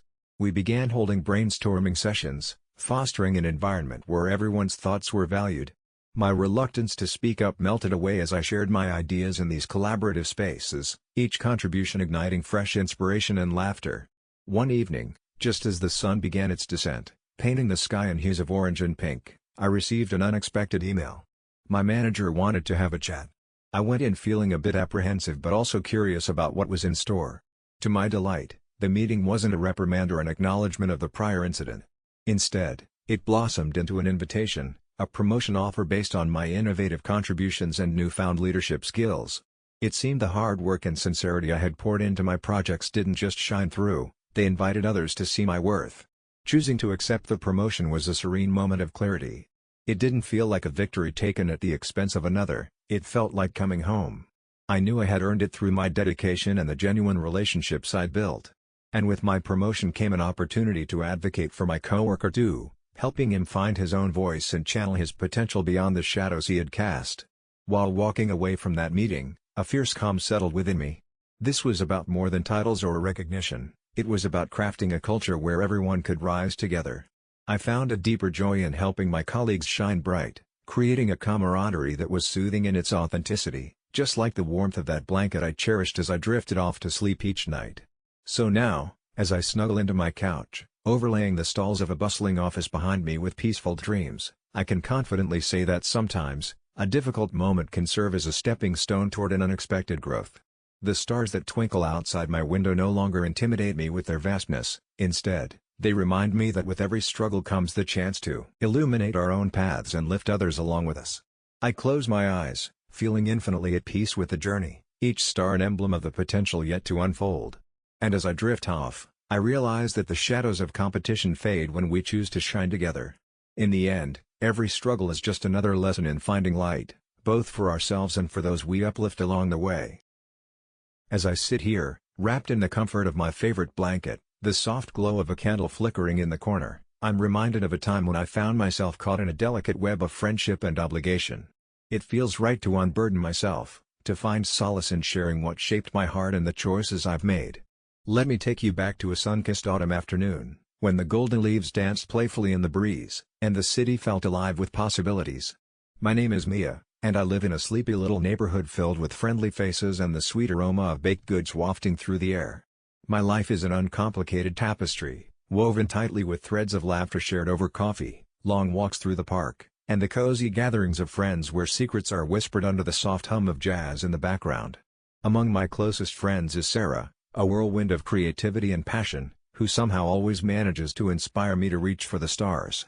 We've laughed until our stomachs hurt, cried over heartaches, and celebrated every milestone together. It's hard not to wish the best for someone you hold so dear, but sometimes love can ask you to stretch a bit further than you're willing to go. As fate would have it, Sarah's dream of a fairy tale destination wedding was about to unveil itself. It shimmered on the horizon like a distant mirage, enticing and beautiful, yet layered with complexities that stirred an unsettling feeling deep within me. I could see her excitement, the sparkle in her eyes when she shared details of the tropical paradise where she envisioned saying, "I do." But as her voice danced with joy, I found myself grappling with a quiet storm of emotions, realizing that this dream would come at a cost far greater than mere travel expenses. Sinking deeper into the plush comfort of my blanket, with memories wrapped around me like a warm hug, I can't help but reflect on that moment when the turning point came, and I had to make a choice. A choice that would test the bounds of friendship, expectations, and ultimately, love itself. With a shaky breath, I know it's time to tell my story. It was a lazy Sunday afternoon, the kind where sunlight spilled through my windows like warm honey, casting soft shadows on the walls. I was curled up on the couch, a steaming mug of chamomile cradled in my hands, when my phone buzzed on the coffee table. It was a message from Jenna, my closest friend since our college days. The one who, no matter how chaotic life became, had a way of grounding me in laughter and understanding. "Hey! Must talk soon." Big news, romantic face emoji. I felt a flutter of anticipation. Jenna had always been a dreamer, her ideas swirling with the vibrancy of her spirit, so I knew this news was bound to be exciting. A quick exchange of messages led to a spontaneous video call just moments later. Her face lit up the screen, a radiant smile bursting free from some invisible leash. "I got engaged," she squealed, her joy cascading over me like a delightful tidal wave. My heart swelled as I offered my congratulations, imagining her in a beautiful gown, her laughter mingling with the sweet strains of music under a sky painted with sunset hues. But almost as quickly as my joy bloomed, It began to wither when she continued, "And we're having a destination wedding on that beautiful island I told you about." The words hung in the air, transforming my fluttering excitement into a weighty question mark. My mind raced, parsing the implications of her dream wedding that was going to move mountains, or in this case, a hefty sum from my wallet. "Jenna, wow. That sounds amazing. But..." I hesitated, feeling a tightness in my throat. "Where exactly is it?" As she described the location, my heart sank a little more with every detail she unveiled: the stunning beach resorts, the exotic adventures, and the price tag that felt like a punch to my gut. I could almost hear the sound of my bank account draining away, and while I wanted to celebrate her happiness, I couldn't ignore the sudden pit forming in my stomach. My world was much more ordinary, working a 9 to 5, barely making ends meet, all while juggling life's little surprises, like a broken car engine or a last-minute medical bill. How could I afford a trip halfway across the globe, especially for something so elaborate? For a moment, I could sense the tension between us, the invisible threads of expectation weaving tighter. I watched her face glow with excitement, while I felt myself fading slightly into a shadow. I wanted so desperately to share her joy, to travel by her side, but the financial strain loomed like dark clouds on the horizon. It was a moment I couldn't shake, a delicate inflection point where two different worlds collided, one vibrant with dreams, the other steeped in reality. As we wrapped up the call, Jenna's laughter echoed in my mind while I sat silent and contemplative, realizing that our friendship was about to be tested in ways I had never anticipated. I decided then and there that I had to figure out how to navigate this new landscape of expectations and love, hoping desperately that whatever choice I made wouldn't put a chasm between us. My heart felt heavy as I placed my mug down, slowly coming to terms with the delicate balance that friendship can sometimes demand. Days faded into a soft haze after that phone call with Jenna. Each morning, I found myself staring at the same bills and receipts scattered on the kitchen table, their jagged edges cutting into my resolve. I recall sipping my coffee, the steam curling like whispers against the early light, knowing that each sip carried with it a hint of guilt. I used to relish these quiet moments, a brief surrender to stillness before the world rushed in. But now, they were laced with an unease I couldn't shake. The phone buzzed near my coffee cup, pulling me from my thoughts. It was Jenna again, sending pictures of her wedding venue nestled against a backdrop of cerulean waves, the view ridiculously enchanting. My heart sank. I could almost hear the laughter, the clinking of glasses, the jubilant chatter of friends celebrating love. In that moment, I felt out of place, like a shadow flitting between joyful moments, unable to fully step into the light. That night, I tossed and turned, the dilemma rewinding in my mind like a stubborn film reel. How could I explain to her that despite the deep well of affection I held for her, my resources were finite? Unraveling these thoughts, I wondered if my reluctance signaled something deeper, an unwillingness to fully embrace her new chapter. Was I being selfish? Each question was a wave crashing against the shore of my heart, eroding my sense of self, while reminding me of my own limitations. With each passing day, I felt the strain more acutely. I began to notice subtle changes in my routine. I stopped meeting friends for coffee, choosing instead to stay home and plan budgets, a futile attempt to carve out a little wiggle room. I turned down invitations, convincing myself that they were just too expensive, yet deep down, I missed the warmth of connection, the simple pleasure of being with friends.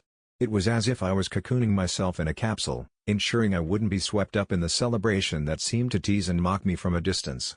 Rather than enjoying the little things, a sunset walk, the laughter of my niece, I began to dwell on my choices. I often caught myself staring into the distance, pondering if I was making a mistake or simply standing firm in my truth. Every time Jenna texted me about the wedding plans, flowers, cake tastings, dancing under the stars, it felt like a tug at a tender string. I could see the excitement bubbling within her, yet the string slipped through my fingers. I hesitated to reply, not wanting to rain on her parade, but equally unsure how to express my conflicted heart. One evening, I decided to sit outside under the stars, the world a quiet whisper against the backdrop of night. I used to find solace in such moments, but now, even the vastness of the universe felt constricting. The stars blinked down at me, a tapestry of hopes, dreams, and well-placed wishes that felt slightly out of reach. I took a deep breath, filled with the scent of blooming night jasmine, and realized that I was wrestling not just with finances, but with my understanding of friendship. Did love demand sacrifice, or was it about celebrating joyfully? While I couldn't answer that, I felt a flicker of determination warm my chest. Perhaps there was a way to honor her joy without losing myself in the process. I just had to find it before it was too late. Each thought fluttered restlessly within me, like the delicate wings of a moth seeking light, and I knew I had to talk to Jenna. I needed to unclench my heart, reach out through the delicate threads of uncertainty, and hope she could still see me, even in this shadowed space of doubt. As I stood there, surrounded by the soothing whispers of the night, I felt the weight of my thoughts begin to shift. Just hours ago, everything felt black and white, my choices wrapped in a knot of frustration and confusion. But now, under that blanket of stars, I realized that the shades between weren't just out of focus, they were a rich tapestry of emotions, values, and connections that I had yet to fully unravel. I thought about love in the myriad forms it takes. It doesn't always scream from mountaintops or cascade down over ocean waves, sometimes it's simply the gentle understanding shared between two souls navigating life's winding paths. Jenna deserved her dreams, but did that mean I had to sacrifice pieces of myself to align with them? That realization sparked something within me, something profound yet oddly comforting. Maybe it was selfish to think much of my own feelings in a moment so centered on Jenna's happiness, but was it truly selfish to recognize my limits? I didn't want to be the friend sitting in the back row of her life, quietly resenting my role. Love isn't just about bending until you break, it's about expanding together while holding on to your own integrity. I started to see that my hesitance wasn't a failing, it was a gentle nudge, a reminder to cherish what was true for me as I celebrated her joy. This wasn't about turning my back on Jenna, rather, it was about finding a pathway that allowed both of us to shine. Communication, as it often does, became the bridge I needed to cross. Suddenly, the thought of reaching out didn't fill me with dread, instead, it brimmed with hope. What if Jenna understood? What if our friendship deepened instead of faltering in this dialogue? In that moment of clarity, I also found something deeper in myself. I realized I had been so caught up in the thunderous expectations of what friendship should look like, so convinced that loyalty meant unwavering agreement, that I had almost lost sight of my own worth. Each of us brings unique light to the lives we touch, embracing that was essential to honoring the bonds we shared. As I closed my eyes, the night air wrapped around me like a comforting shawl, I felt ready to step forward. Yes, it might be uncomfortable. Yes, it might change the way things were. But growth rarely happens without a little rain, right? In this quiet moment of reflection, I embraced the idea that we can shift, adapt, and still find common ground. Maybe love demands sacrifice at times, but it also thrives in understanding and clarity. If I could show my friend the real me, vulnerable and honest, then I believed we would emerge with an even deeper connection. With my heart a bit lighter, I prepared myself for tomorrow's conversation, ready to explore this new layer of friendship. I was stepping into the light, and it felt profoundly right. The next morning dawned softly, the sun spilling golden light over the horizon, painting the world outside in hues of hope. I brewed a pot of coffee, the rich aroma swirling gently around the kitchen, wrapping me in a familiar warmth. It was like a gentle nudge from the universe, reassuring me that today was a new beginning.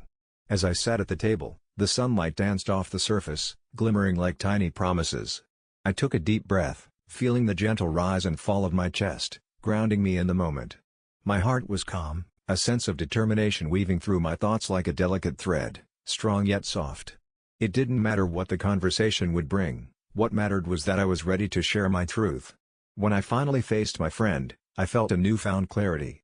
It was more than just a conversation, it was a meaningful exchange, an opportunity to reveal the layers of our relationship that had, until now, gone unspoken. As we sat across from each other, the tension was palpable, but something shifted inside me. I recognized the power of vulnerability, the beauty in being honest about the things that weighed on us. I opened my mouth, ready to speak, and for the first time, I felt a quiet strength wash over me. "Listen," I began, a pulse of openness in my voice. I told him about my struggles, how I felt trapped between love for him and the pressure of the expectations surrounding this wedding. Each word felt like a breath of fresh air, releasing all the built-up anxiety I had carried over the past weeks. The look on his face was one of surprise, but then, slowly, it morphed into understanding. I could see the gears turning in his mind, the realization that everything we had built was strong enough to endure this moment of honesty. In that space, we weren't just friend and friend tasked with navigating the tricky waters of a destination wedding, we were two people learning to communicate openly, to embrace the uncomfortable, and to reach out to one another. As we spoke, I found a rhythm in the conversation, a melody rising above our doubts. I could feel the tension between us dissolve, like mist under the morning light. And with every word, clarity unfolded like petals blooming in spring. There was no longer any need for masks or pretenses, I realized that our friendship was resilient enough to hold both love and honesty. I was offering him my truth, and he was beginning to understand the depth of my struggles. In that moment, I smiled genuinely, the weight of my decision lightening with every breath, and when he replied, it was with warmth, a response that wrapped around my heart like a soft cocoon. We agreed to find a path that honored both our feelings, an approach that would strengthen us, not divide us. As I walked away from that conversation, I felt as though a heavy fog had lifted. The air was clear and bright, I had embraced the uncertainty and emerged with a deeper understanding of friendship. For the first time in weeks, I could fully exhale, truly letting go of the pressure, brave in my choices, and ready for whatever was next.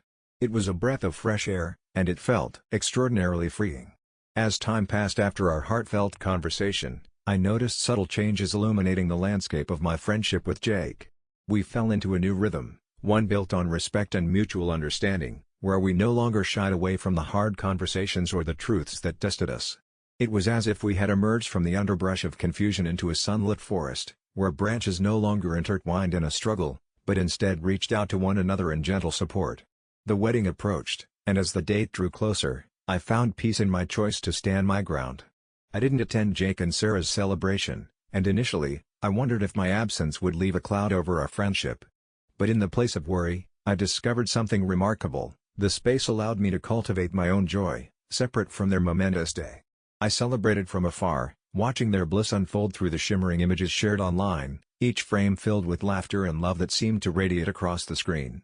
Months later, when I finally caught up with Jake over coffee, I was ready to dive back into the comfortable banter we shared. He walked in, his smile wide, and I felt a rush of familiarity wash over me. As we settled down and exchanged stories, I realized that our bond had matured in ways I hadn't anticipated. There was a new lightness to our conversations, a delightful mix of memories and humorous anecdotes that reminded me of the foundation we had built together. Jake acknowledged my absence at the wedding without any hint of resentment, simply sharing how amazing it was to see our friends come together in love and support. "But it was different," he said softly, looking into his coffee cup. "I missed you being there." His honesty struck a chord within me, nestling comfortably beside the gentle reassurance that I was still an integral part of his life. "That's the thing," I responded, finding my voice steady and warm. "You deserve to celebrate, and I still want the best for you, even from a distance." Sometimes love means stepping back for the right reasons. We talked for hours, navigating through laughter, dreams, and the events that had unfolded in our lives since. By the time we stood to leave, I felt a sense of renewal washing over us both. Our friendship had weathered a storm and emerged brighter, framed by a deeper understanding of one another's boundaries and desires. Looking back, I'm grateful for the gentle nudge to voice my truth. Choosing to prioritize my own feelings didn't fracture us, it nurtured an honesty that allowed us to grow. It taught me that love and friendship come in shades of understanding, each hue essential in painting the beautiful tapestry of our lives together. As I slipped into the cool evening air, a smile stretched across my face, and in my heart, I knew we were ready to embrace whatever the next chapter might hold. Sometimes, it's in the tender moments of conflict where we find the roots of true connection. By speaking our truths, we unveil not just our boundaries, but also the depth of our love. In nurturing honesty, we weave a tapestry that feels stronger than the threads that once threatened to pull us apart. As I sat on my bed, the soft glow of a lamp illuminating the room and casting gentle shadows on the walls, I felt compelled to share a moment from this summer's family vacation that has lingered in my mind like a half-remembered dream. The evening air was still warm, carrying the faint scent of blooming jasmine from the garden outside and the distant sound of crickets chirping, a soundtrack that often accompanied my most reflective thoughts. You see, family vacations have always been a fabric woven with threads of laughter, shared meals, and the occasional tiff. Each summer, we'd pack up the car with enough snacks to feed an army and head to a little lakeside cabin my grandparents used to take us to. It became our sanctuary, where time slowed down enough for us to breathe, to reconnect. But, as with all good things, this summer was not without its twists. There I was, surrounded by my parents, siblings, and cousins in that cozy little cabin, a place where childhood memories danced in the air like fireflies on a warm evening. I could hear my younger sister's laughter spilling out from the porch, a sound so pure it wrapped around my heart. My brother was attempting to catch fish, all while telling exaggerated stories of the big one he lost at the edge of the dock. Yet, despite the contentment surrounding me, a subtle current ran beneath the surface, a sense of discomfort that made my heart feel slightly heavier. I often find solace in the quiet moments, those stolen bits of time where I can escape from the noise, and this trip was no different. But as the days passed, I found myself withdrawing more and more, caught in a web of my own contemplation while everyone else seemed blissfully entangled in the vacation spirit. I started to realize that sometimes, stepping back is needed, even in the middle of laughter and togetherness.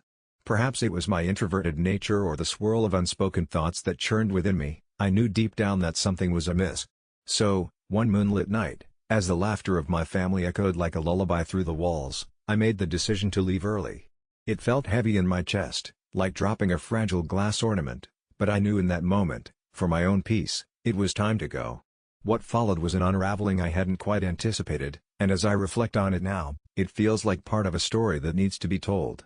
And so, here I am, ready to peel back the layers of that choice, one tranquil moment at a time. It was just after dinner, and the air hung thick with the scent of grilled vegetables and the last whispers of twilight. The soft hum of crickets filled in the gaps between giggles and the clinking of plates as my family settled around the fire pit in the backyard. The flames danced playfully, casting flickering shadows against our faces as we made s'mores, each bite sweetening the moment with nostalgia. But amidst the fun, I felt like a ghost watching from the fringes. It started subtly, a tightening in my chest each time someone cracked a joke that landed just a bit too loud, or when the joyful noise intensified, drowning out my thoughts. My younger brother was enduring yet another round of who can tell the funniest dad joke, while my aunt, her laughter like a melodic chime, egged him on. As a soft smile played on my lips for their happiness, an aching wore at me from the inside. I tried to push through, forcing myself to immerse in their joy, yet I felt increasingly disconnected, like I was wandering through someone else's adventure while my own story remained unwritten. I began to notice minor things, the way my cousin rolled her eyes at another dad joke, the polite nods that masked a bit of weariness shared between my other relatives, and the light-hearted competition morphing into something a tad too intense. Then, my brother caught my eye, and in that fleeting moment, I felt more like an outsider than ever. He beckoned me over, his face alive with excitement, as he laid out his grand plans for the next day, a trip to a nearby lake, complete with kayaks and fishing rods. I watched him and felt a pang of sadness, a longing to join the bond that radiated around me, yet a whisper inside urged me that I was estranged from it all. And that's when it happened, the inciting moment that shifted everything. I opened my mouth to agree, to say yes and pretend I could muster the energy for one more day of laughter, not realizing how crammed my heart felt with the mixture of delight for him and discontent for myself. Instead, the words that escaped were quiet and timid. Actually, I think I'm going to head back to the cottage tonight. Suddenly, the warmth of camaraderie turned to surprise, and I felt like I'd tossed a pebble into a smooth lake, ripples spreading wide and displacing everything around me. My family paused, the smiles fading, and I felt the weight of their collective confusion. They loved this vacation, these moments, how could I turn away from the warmth of their happiness? I sensed an awkward silence unfurling like a thick fog, wrapping around us all, and I could almost hear the unspoken questions in their eyes. Was this a rejection of them, or worse, a betrayal of our time together? As the questions hung in the air, I felt fragile, like the first rain that breaks a long dry spell. I had expected a gentle understanding, a knowing nod, but instead, the retreat into my own feelings exposed a raw nerve. I held my breath, feeling the tiny shards of anxiety pricking at the edges of my decision. The laughter, once soothing, now had a sharp edge that bit a little too deep. I knew I had to leave for my own well-being, but it felt like the first step off a cliff, sending shockwaves through the fabric of our familial happiness. In that moonlit moment, I realized things were about to shift. My quiet choice had stirred the still waters of our bonding. I was on a path towards solitude, and though it felt necessary, I couldn't shake the haunting thought that I was pulling away from something beautiful. The night lingered in a peculiar stillness after my departure. I felt like a ghost haunting my own memories, drifting through echoes of laughter and warmth without being truly present. As the car rolled away from the cabin, the twinkling lights of our gathering faded into the dusk, like fireflies extinguishing one by one. I tightened my grip on the steering wheel, a shallow breath escaping my lips. The decision churned in my stomach, heavy with doubt. Driving home, the silence enveloped me, a blanket of solitude that was both comforting and isolating. My mind played a loop of moments, the white waves crashing on the shore by the beach house, the soft chatter of my siblings recounting old stories, my parents sharing stolen glances over wine. I had chosen to step away, but their joy now felt like a bittersweet melody, one that I couldn't quite forget or erase. In the coming days, I found myself wrapped in a cocoon of introspection. Morning coffee transformed from a shared ritual into a solitary act, each sip steeped in thought. I watched the steam rise, twisting and curling, and wondered if my family felt that same tendril of loss echoing in their morning routines.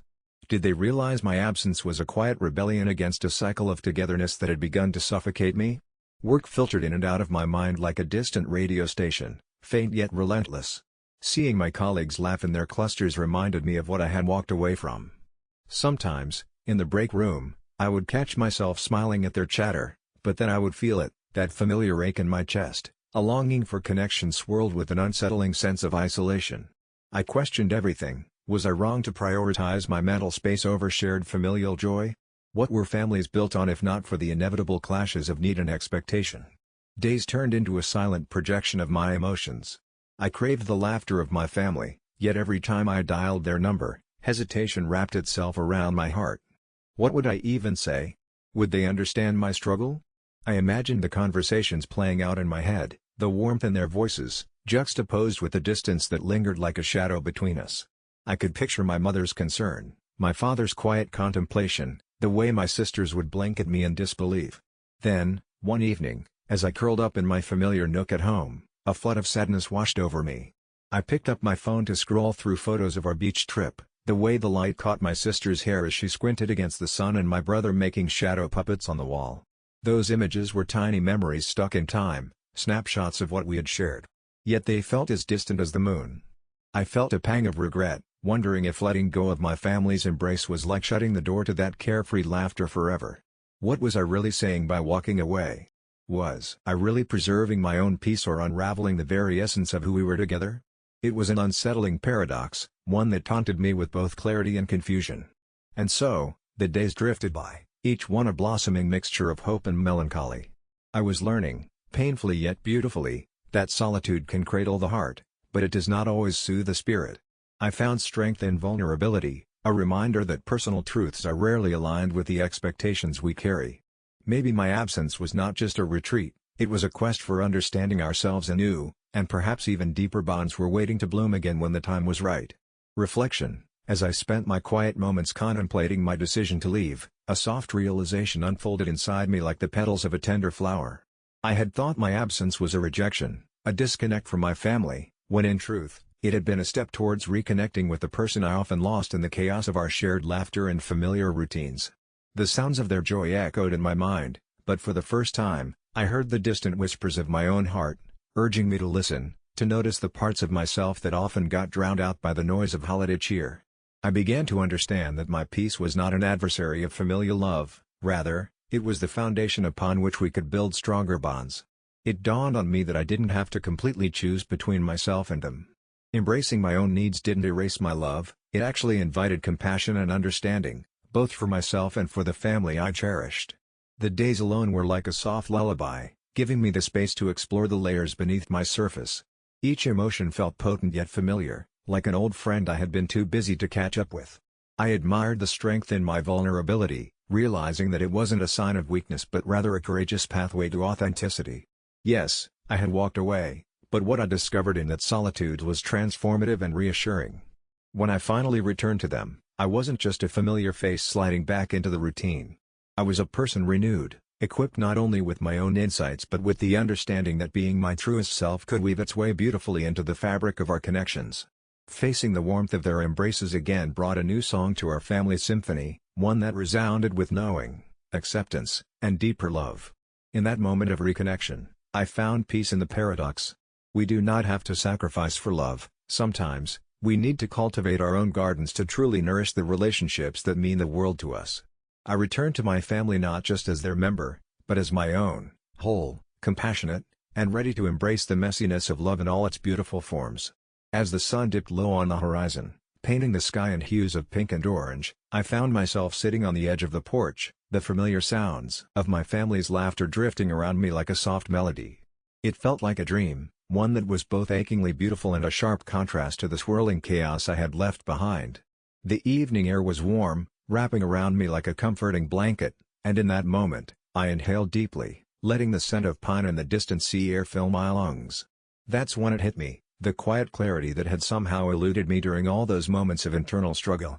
I watched my siblings playfully bicker over who would get the last slice of pizza, my parents sharing amused glances, their faces lighting up with joy and the kind of love that can only be nurtured over years. This was our family, a riot of colors and personalities that didn't always mesh perfectly, but that somehow created a masterpiece in their own right. In this serene ambience, I realized that distances can be both physical and emotional, and mine had shrunk in a startlingly short time. I hadn't just left to find myself, I had gone searching for the part of me that felt lost amidst expectations and roles. Now, returning to my family felt like coming home, not just to a place, but to a version of myself I'd nearly forgotten existed. I pulled out my phone, hesitating for just a fleeting moment. I took a deep breath and put it away, resisting the urge to capture this moment. Instead, I wanted to hold it in my heart, let it warm me from the inside out. This was a time for connection, not documentation. "Hey!" I called out, unable to keep the smile from my voice any longer. "I think I deserve that last slice of pizza after my big adventure." Laughter erupted, and suddenly, the world felt lighter. I was ready to join in the joyful chaos, ready to bring all of me, flaws, quirks, and all, back into the fold. My heart felt full, buoyed by the understanding that I didn't have to pretend to fit into a mold. I had a safe space to be me, and that made all the difference. As I stepped off the porch, feeling the cool wood beneath my feet, something inside me shifted. I embraced the moment, the noise, the love that we all shared, and it just clicked. This was where I belonged. I was home, not just with them, but within myself. Out comes the next morning, I woke up to the sound of waves gently lapping against the shore, mixing harmoniously with laughter that echoed down the hall. I hadn't expected to find so much joy after stepping away from the family vacation, but it felt like the distance had provided me with a fresh perspective. I brewed a cup of tea, letting the warmth seep into my fingers, and stepped out onto the porch to watch the sunrise unfold like a brushstroke of orange and gold across the sky. Soon enough, I was joined by my sister, still wrapped in her fuzzy blanket. We talked quietly about my departure, and surprisingly, the conversation was tender rather than confrontational. "I think you needed that," she admitted, her eyes glimmering with understanding. "Sometimes, we need to step back to see the bigger picture." By the time breakfast came around, the table was filled with not just food, but stories and laughter. Everyone had settled into a rhythm of playful teasing, and as we shared new memories from the day before, there was an acknowledgement in the air, a collective understanding that we all were just trying to find our way. There was a sweetness in the slight shifts that followed. Without my early exit catalyzing it, we might never have noticed how easily we often dismissed each other's feelings. Suddenly, we were all more present. Conversations were deeper, the silences more comfortable. We began to talk about our dreams, fears, and the things we loved, weaving a tapestry of connection that felt brighter than before. As the last day of our vacation unfolded, I found myself sitting on the sand, feeling the warmth of the sun on my skin. My family surrounded me, building a massive sandcastle while breaking into song whenever the spirit moved them. They weren't just building sandcastles, they were crafting moments that tethered us closer together. Later, as the sun dipped below the horizon, a stunning array of colors painting the sky, I realized that my decision to step away had created space for a deeper bond. I had peeled back layers of unspoken expectations and unprocessed emotions, revealing the gentle warmth of acceptance and love underneath. The trip ended, but the ripple effects of that quiet moment of solitude lingered. I returned to my everyday life feeling lighter, more at peace within myself, and an even greater sense of gratitude for the family that surrounded me. It all reminded me that sometimes, stepping away doesn't mean stepping out, it can be a pathway to stepping in closer, a bridge to new understanding and deeper love. The night ended with us gathered around a fire, roasting marshmallows and sharing laughter under a blanket of stars. I felt renewed, ready to embrace whatever came next, campaigning for the last slice of pizza without hesitation, knowing I belonged just as I was. It was, after all, the quirks that made us uniquely us, and that was the heart of our family story. In the end, I realized that sometimes taking a step back helps you see the whole picture more clearly. We may wander away from each other for a moment, but it's that very journey that brings us closer in the end. After all, love is not found in the proximity, but in the moments when we allow ourselves to breathe and truly feel. I remember the quiet hum of the evening, the way the warm glow of the kitchen lights made the walls feel like they were wrapping around me in a gentle embrace. The smell of freshly brewed chamomile tea danced in the air, mingling with the soft scent of vanilla from the candle flickering on the counter. It was the kind of night where the world felt still, as if time was holding its breath, urging me to reflect on the twists and turns that had brought me here. I'm Alex, a 29-year-old who spent the past 5 years entrenched in a corporate job that started as a promising opportunity and slowly morphed into a daily grind. My days blurred together, a monotonous cycle of deadlines and meetings that never quite filled the void in my chest. Surrounded by enthusiastic colleagues who seemed to thrive in the chaos, I often felt like a shadow, fading into the background, no longer sure of my place in this buzzing environment. Then there was my family. They always carried a sense of warmth and togetherness, the kind that filled our modest home with laughter and the sound of clattering dishes, a cacophony of love during our dinner gatherings.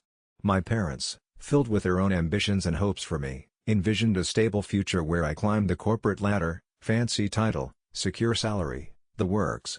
And my sister, the free spirit, always reminding me to chase my heart, watching me with a mixture of concern and encouragement from her own colorful life as an artist. Now, as I sit here in this soft light, reflecting on my impulsive decision to quit my job without notice, I can feel the weight of their expectations pressing down like a heavy quilt. I can still hear the brief silence that followed my abrupt resignation, the shock waves that rippled through my team, and the questions that blurred into the distance as I walked out of that office for the last time. I know my decision has reverberated beyond just me. My family, loving yet anxious, met my announcement with expressions that flickered between disbelief and worry. And I sit here in my comfort zone, my cup of tea warming my palms, contemplating the paths I've chosen and the ones yet to come. As the clock inches closer to midnight, I can't help but wonder, did I make the right choice? It started with a normal Tuesday morning, a day like any other. The sun peeked through my studio windows, casting a gentle glow on my cluttered work table, where half-finished canvases stood like soldiers awaiting orders. I had planned to get lost in my art, as I often did, a delightful escape from the monotonous routine I'd become wrapped in. But on this particular morning, something felt different. I sat at my desk, attempting to focus on the strokes of cobalt blue I desperately wanted to blend into my latest piece. My mind was racing, thoughts skittering like leaves chased by the wind. I could hear the hum of my phone buzzing endlessly next to me, trying to pull me back into the world I was so tired of. Messages from work, reminders of looming deadlines, requests for conference calls, each one felt like a little piece of my spirit being chipped away. I was drowning in expectations, a sea of urgent tasks that overshadowed my passion. Then, out of the corner of my eye, I spotted a little framed quote my grandmother had given me long ago, "Do what you love, and you'll never work a day in your life." Those words resonated within me, echoing in the silence of my studio. I felt a flicker of rebellious spirit ignite deep in my chest. What if I just didn't? What if I stepped away from this sea of should-haves and must-dos?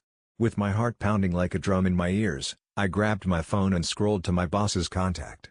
My thumb hovered over the call button, trembling with anticipation. Would I regret this? Was I ready for the fallout? The questions cascaded through my mind, but in that moment, a quiet voice whispered that I had to try. I was tired, and the thought of continuing on this path made me feel like I was suffocating.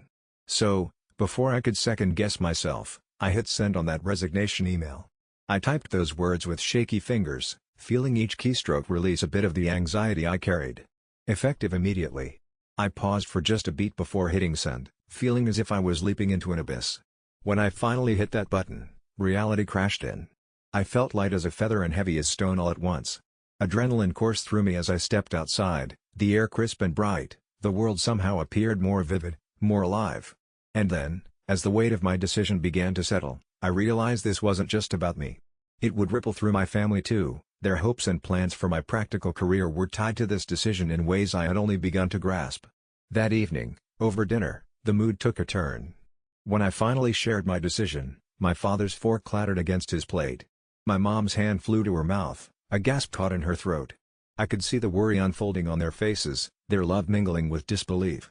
It was as if I had thrown a rock into a still pond, and the waves were crashing against the calm of our family dynamics. In that moment, I felt a mixture of liberation and sorrow. What had I done? Their concern was evident, and even though my heart soared with the thrill of pursuit, I could sense the heaviness that had settled over the table. I had broken the unspoken pact of stability and expectations, and the realization of what that might mean for all of us was about to unfold. The days that followed my impulsive decision were a strange ebb and flow of tranquility and tension, like the gentle rise and fall of the tide. In the mornings, I would wake up to the soft light filtering through my curtains, a soothing reminder that today was mine to shape. For a moment, I felt weightless, floating in the freedom of my choice. I could set my own rhythm, decide how to fill the hours of my day. It was exhilarating, yet it gnawed at me with a persistent whisper of uncertainty. But then, by midday, the reality began to seep in. The excitement that churned in my belly each morning gradually morphed into a knot of dread and guilt. I'd sit at the kitchen table, a tranquil ocean of sunlight streaming in, yet I felt like I was floundering in stormy waters. My parents would glance my way, their eyes searching mine for a hint of confidence. They'd ask about my plans, and I could sense the underlying fear behind their questions. "Have you updated your resume? Or do you have a backup plan?" echoed like a drumbeat in my head. Each time I answered with vague optimism, I could feel the distance between my hopes and their fears stretching like a taut string, ready to snap. I found myself withdrawing into the sanctuary of my thoughts more and more, grappling with the uncharted territory ahead. Instead of filling my days with tangible tasks like I had envisioned, I became embroiled in the swirl of what-ifs. What if I couldn't find a job that made me feel alive? What if my parents were right, and I had just thrown away my future for a fleeting whim? In the evenings, the quiet would settle over the house like a blanket, heavy with my family's quiet discontent. I'd notice my mom linger a bit longer near the kitchen sink, her back turned to me, wiping dishes with deliberate care. My father would retreat into the news, his brows knitted, perhaps searching for assurance in headlines that offered none. The air crackled with unspoken words, fragile emotions swirling around us, and I felt like a ghost in my own home.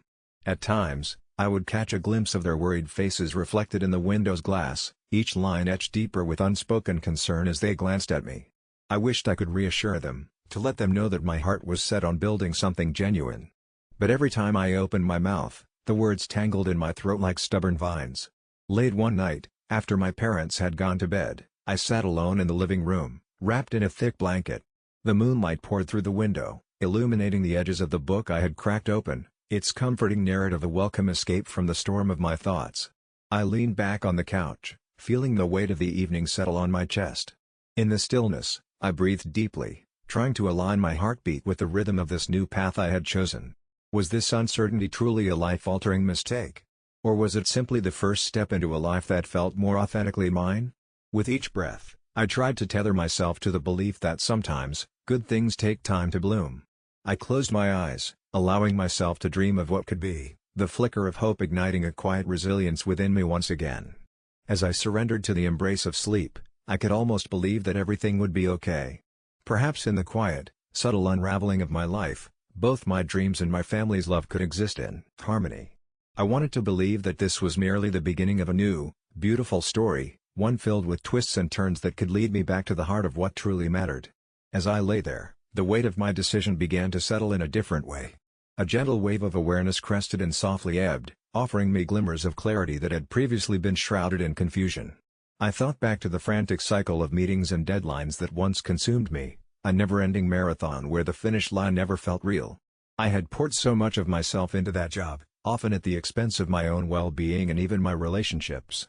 In all honesty, I had been caught in a spiral, where the comfort of a steady paycheck masked the growing discontent in my soul. I was so busy trying to secure my future that I neglected the present, where my true life was happening all around me. Now, having walked away without notice, I began to realize this wasn't just an impulsive act of rebellion but rather a crucial alignment with who I wanted to be. I had intuitively known that if I didn't take this leap, I might always wonder what if. I was tired of viewing life through a lens of obligation. I wanted to step into the light of my potential, to embrace the uncertainty as part of the adventure, perhaps even the exhilarating part. With this new perspective, my family's disappointment felt less like rejection and more like a reflection of their own fears. They worried about stability, they loved me fiercely and wanted to protect me. In that moment, I could see our shared humanity, their struggles, aspirations, and the weight of expectations they carried, not just for themselves but for me, too. So, while their frustration echoed around me like a gentle chorus of concern, I began to feel a strange sense of gratitude. Here lay an opportunity for dialogue, connection, a chance for us to navigate through this moment together, to reshape our understanding of success and happiness. Perhaps my choices would invite them to examine their own paths, sparking conversations that could deepen our bond instead of pulling us apart. As I reflected, I understood that life's unpredictability could be a beautiful tapestry woven from our choices, dreams, and the occasional misstep. I could choose to frame this ripple of uncertainty not as a failure but as an invitation to recalibrate my priorities and explore the world anew.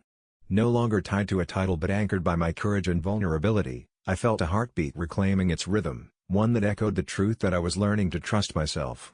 Surrendering to that sleep-induced calm, I allowed the tension of the day to melt away. I realized I was not just seeking approval from my family or society, I was on a journey to embrace the most authentic version of myself. In the stillness of that moment, I understood that perhaps stepping into the unknown was not just about leaving something behind. It was about making space for something wonderful and entirely my own to take root. As I lay there, cocooned in my blanket, the hum of the world outside faded into a soothing backdrop. I focused on the gentle rise and fall of my breathing, the way my chest expanded as I inhaled, filling each corner of my being with warmth, and how it softly released as I exhaled, carrying away the weight of doubt and uncertainty. There, in that sanctuary of stillness, something inside me shifted. In the aftermath of that impulsive resignation, my mind ran amok. My family's disappointment echoed through my thoughts, their worried faces flashing like a flickering light. Yet, more vividly, there was another image forming, the vision of myself, unshackled from what I had always known. The thought was both exhilarating and unsettling. All those years, my identity was woven around a job title, responsibilities, and expectations that often felt like shackles. But now, I chose clarity. I wasn't running away from anything, I was stepping towards something profound. What if I was a canvas waiting to be painted anew, colors swirling with potential? Melodies of possibility danced through my mind, a longing for adventure, creativity, learning, and connection. I imagined how it might feel to wake up each day without that weight, embracing spontaneity. Perhaps I could dive into volunteering, or explore my love for writing that I had tucked away for too long, buried under emails and meetings. The rush of those thoughts was like the fresh breeze of spring, sweeping through a stuffy room. Joyful possibilities bloomed within me as confidence began to take root. In that moment of emotional clarity, I felt a soft whisper cradle my heart, a promise to myself. I vowed to honor my journey, whatever shape it might take. I imagined sharing my choices with my family, not as an invitation for acceptance but as an honest reflection of who I was becoming. For the first time, it felt liberating to think about filling my life with experiences that resonated with my soul, rather than the echoes of past expectations. And just like that, amidst the shadows of doubt, a gentle light emerged. I realized that while the path ahead might still be unclear, I was no longer alone. It was a journey uniquely mine, with each step unfolding a bit more of who I was meant to be. That realization felt like a deep breath in a world of chaos, a small yet profound shift inside me that sparked a flicker of hope and excitement. As I drifted into a well-deserved sleep, a serene smile played across my face. In that quiet assurance, I found peace, ready to embrace what lay ahead with open arms and an open heart. The outcome of my impulsive decision to quit my job without notice unfolded in ways I could never have anticipated. Initially, my family reacted with that familiar blend of disappointment and worry, voices raised in concern about financial stability and the unpredictability of life without a steady paycheck. There was a long, tense dinner where emotions were high, and words were sharper than intended. They were scared for me, and I understood their fears. But deep inside, a warmth spread through me, a sense of purpose that reaffirmed I was on the right path. As the days turned into weeks, I gave myself the time to breathe. I spent lazy mornings sipping coffee while watching the sunrise paint the world in hues of gold, casting soft light on my new reality. I sought out those small joys that had always been buried beneath the weight of deadlines and expectations. Slowly, the tension around the dinner table eased. Conversation shifted from disappointment to curiosity about my journey. I began to share my days, the workshops I attended, the people I met, the art I created. It was as if the very act of stepping away from routine ignited a spark not just within me, but within my family as well. As I immersed myself in what brought me joy, I began to realize that my happiness was contagious. My sister took up painting again, my brother explored photography, and even my parents started visiting local galleries, their laughter mingling with the clinks of coffee cups. The family dinners that had once been fraught with tension turned into a safe space for sharing dreams and the latest creative endeavors. The warmth of these moments felt like coming home to each other, revealing deeper layers of our relationships that had been overshadowed by the day-to-day grind. In time, the worries faded into discussions about the future, the dreams we held close. My family began to understand that it wasn't just about my job, or lack thereof, it was about me reclaiming the agency over my life. I remember one particular evening, we sat around the table, buzzing with excitement, plans merging our individual passions into something collaborative. A shared art project, perhaps. An open mic night with poetry and music, the ideas flowed, and so did the joy. Looking back, I realized that while my decision seemed brash at first, it opened the door to a richer, more fulfilling narrative, not just for me, but for all of us. The road hasn't been without its challenges, and I still face moments of doubt, but with every step forward, I feel anchored in a community that stands beside me, rooting for my happiness as if it were their own. We've learned together that it's okay to stray from the expected, to embrace the unknown, and to support one another on this remarkable journey of discovery. So here I am, at this serene crossroads of possibility, deeply aware that this path is mine alone, yet nice to walk with my family beside me. No matter what comes next, there's warmth in knowing that love thrives in shared journeys, the kind that glows softly in the silence of understanding, in the laughter that fills the spaces between us, and in every choice made toward living authentically. As I watch the sun dip below the horizon, painting the sky in hues of hope and promise, I realize that sometimes the bravest thing we can do is step onto a path not yet traveled.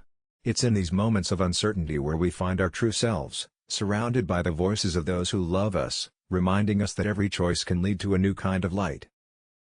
I remember the way the sunlight danced through the leaves of our old oak tree as I locked the front door behind me, the warmth of the day wrapping around me like a soft blanket.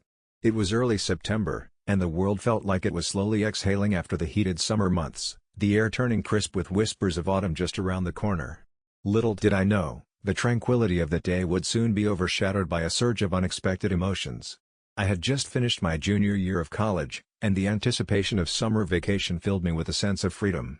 My life was filled with the comforting rhythm of classes, late-night study sessions, and the chaotic joy of being young and carefree. My roommate, Sarah, was more than just a friend, she was the sister I never had. We shared everything, stolen snacks, late-night conversations about our dreams and fears, and the quiet moments of just sipping tea while the sun spilled into our little living room. But it was her easy smile and infectious laughter that made our tiny apartment feel like home, even if it was just a few mismatched pieces of furniture and a pile of laundry that somehow always seemed to linger. We were a team, navigating life together. At least, that's what I thought. As I wandered through the familiar streets filled with laughter and the rich scent of coffee wafting from nearby cafes, I couldn't help but reflect on how close we had grown over those past few years. There were seasons of vulnerability when we shared our darkest secrets, and moments of joy when we celebrated victories, both big and small. Our connection felt effortless, like the gentle ebb and flow of the tide. But as I sat in my car and prepared to head out of town for a week, my heart ached with a bittersweet anticipation. I was excited to visit my family, to bask in the love and familiarity of home-cooked meals and late-night board games. Yet, I couldn't shake the feeling that something was brewing beneath the surface of what I thought was a solid friendship. I should have known that even the most comforting of circumstances can hold unsuspected surprises. It was just a week away, but by the time I returned, my world would be turned upside down. Little did I know then, underneath the facade of our easy days, shadows were creeping in, weaving a story that would unfold before my eyes in the most bewildering of ways. As I pulled out of the driveway, the soft hum of the engine and the comforting scent of my favorite air freshener filled the car, creating a cocoon of warmth around me. I gently reminded myself of the laughter waiting for me at home, the stories I would share with my family, the hugs that felt like a balm for the soul. However, just as I turned onto the road leading away from what had become my sanctuary, my phone buzzed with an alert. A quick glance revealed a message from my roommate, Jake, that made the knots in my stomach tighten slightly. "Hey! Hope you're having a good trip. Just wanted to let you know. I might have let a couple friends stay at our place while you're gone. Hope that's okay." I stared at the screen, my thoughts tangled like threads that had lost their way. Might have let a couple friends stay? A sense of unease washed over me. Jake and I had always been pretty open about sharing our space, but there was an unsaid rule we had: our personal spaces were sacred, a refuge to retreat to after bustling days, especially since I often worked from home. My room was my cozy corner, a place where I could just be myself, filled with my trinkets and little bits of me, untouched. I took a deep breath, trying to let the waves of unease wash over and fade, but their embrace only tightened as the car rolled forward. I imagined strangers wandering through my sanctuary, rifling through my things, leaving their mark where I had carefully crafted an atmosphere of familiarity and warmth. Jake's friends weren't just guests, they were ripples in a pond I thought was calm. As I drove, I replayed every conversation with Jake, every casual mention of his friends, trying to pinpoint where I could have misread the boundaries between us. A small crisis of confidence bubbled up, a gentle whisper of doubt. Had I been too trusting? Was my understanding of our friendship just a naive illusion? The warmth of home felt a little further away now, overshadowed by an unsettling darkness that had crept in. I tried to shake off the feeling, focusing instead on the road. But in that moment, sitting there behind the wheel with the sunset spilling golden light over the horizon, I felt the beginnings of a fissure forming between what I'd thought was a solid friendship and the reality that was now unfolding. What had once felt so easy began to tangle with threads of worry, leaving me with an unfamiliar sense of vulnerability. As I finally emerged onto the highway, a small sigh escaped my lips. I knew returning home would bring not just joyful reunions, but, perhaps, a confrontation with something I never expected to face. As I pulled up to our apartment, a familiar unease settled in my stomach, wrapping around my insides like a snake coiled tight. At first, the glow from the front porch light was warm and inviting, a beacon signifying the end of my journey. But as I stepped out of the car, that warmth was dulled by the chilly night breeze, whispering reminders of what lay beyond the door. My keys jangled in my pocket, and I took a moment to breathe, feeling the weight of the air pressing down on me. I could hear faint laughter and music filtering through the cracks around the door, almost too bright, too carefree for the heaviness I carried. Just a gathering with friends, I told myself, reminding myself of the countless evenings we'd shared with laughter and stories, painting our walls with the colors of our shared lives. Yet, the knowledge of my absent space seeped into every crevice of that joy like a slow and bitter drip. I opened the door and stepped inside, bracing myself against the unexpected energy that swirled around me. There they were, my roommate, Sam, and a few people I didn't recognize, their voices bubbling with laughter as they lounged in the living room, drinks in hand. A steaming pot of my favorite chili simmered on the stove, a sweet, nostalgic aroma that only deepened my confusion. "Welcome back." Sam beamed, but I couldn't shake the feeling that the invitation was aimed at me less as a friend and more as a stranger returning to a place where they no longer fit. I offered a half-hearted smile in response, glancing toward what used to be my sanctuary. The door to my bedroom was cracked open, and I could see an unfamiliar bag nestled against the foot of my bed. A few clothes hung from the chair where I had once left my jacket, now a capitalized impression on my space. "It'll be fine," I tried to convince myself, folding my arms tightly across my chest as if to ward off the sense of betrayal that had begun to creep in around the edges of my heart. Instead of plunging into the festivities, I excused myself to the kitchen under the guise of helping prepare dinner. I stirred the chili absent-mindedly, each movement robotic. My mind drifted, caught between the clatter of cheerful conversation and the memory of late-night whispers shared in that very same room. We share a home, right?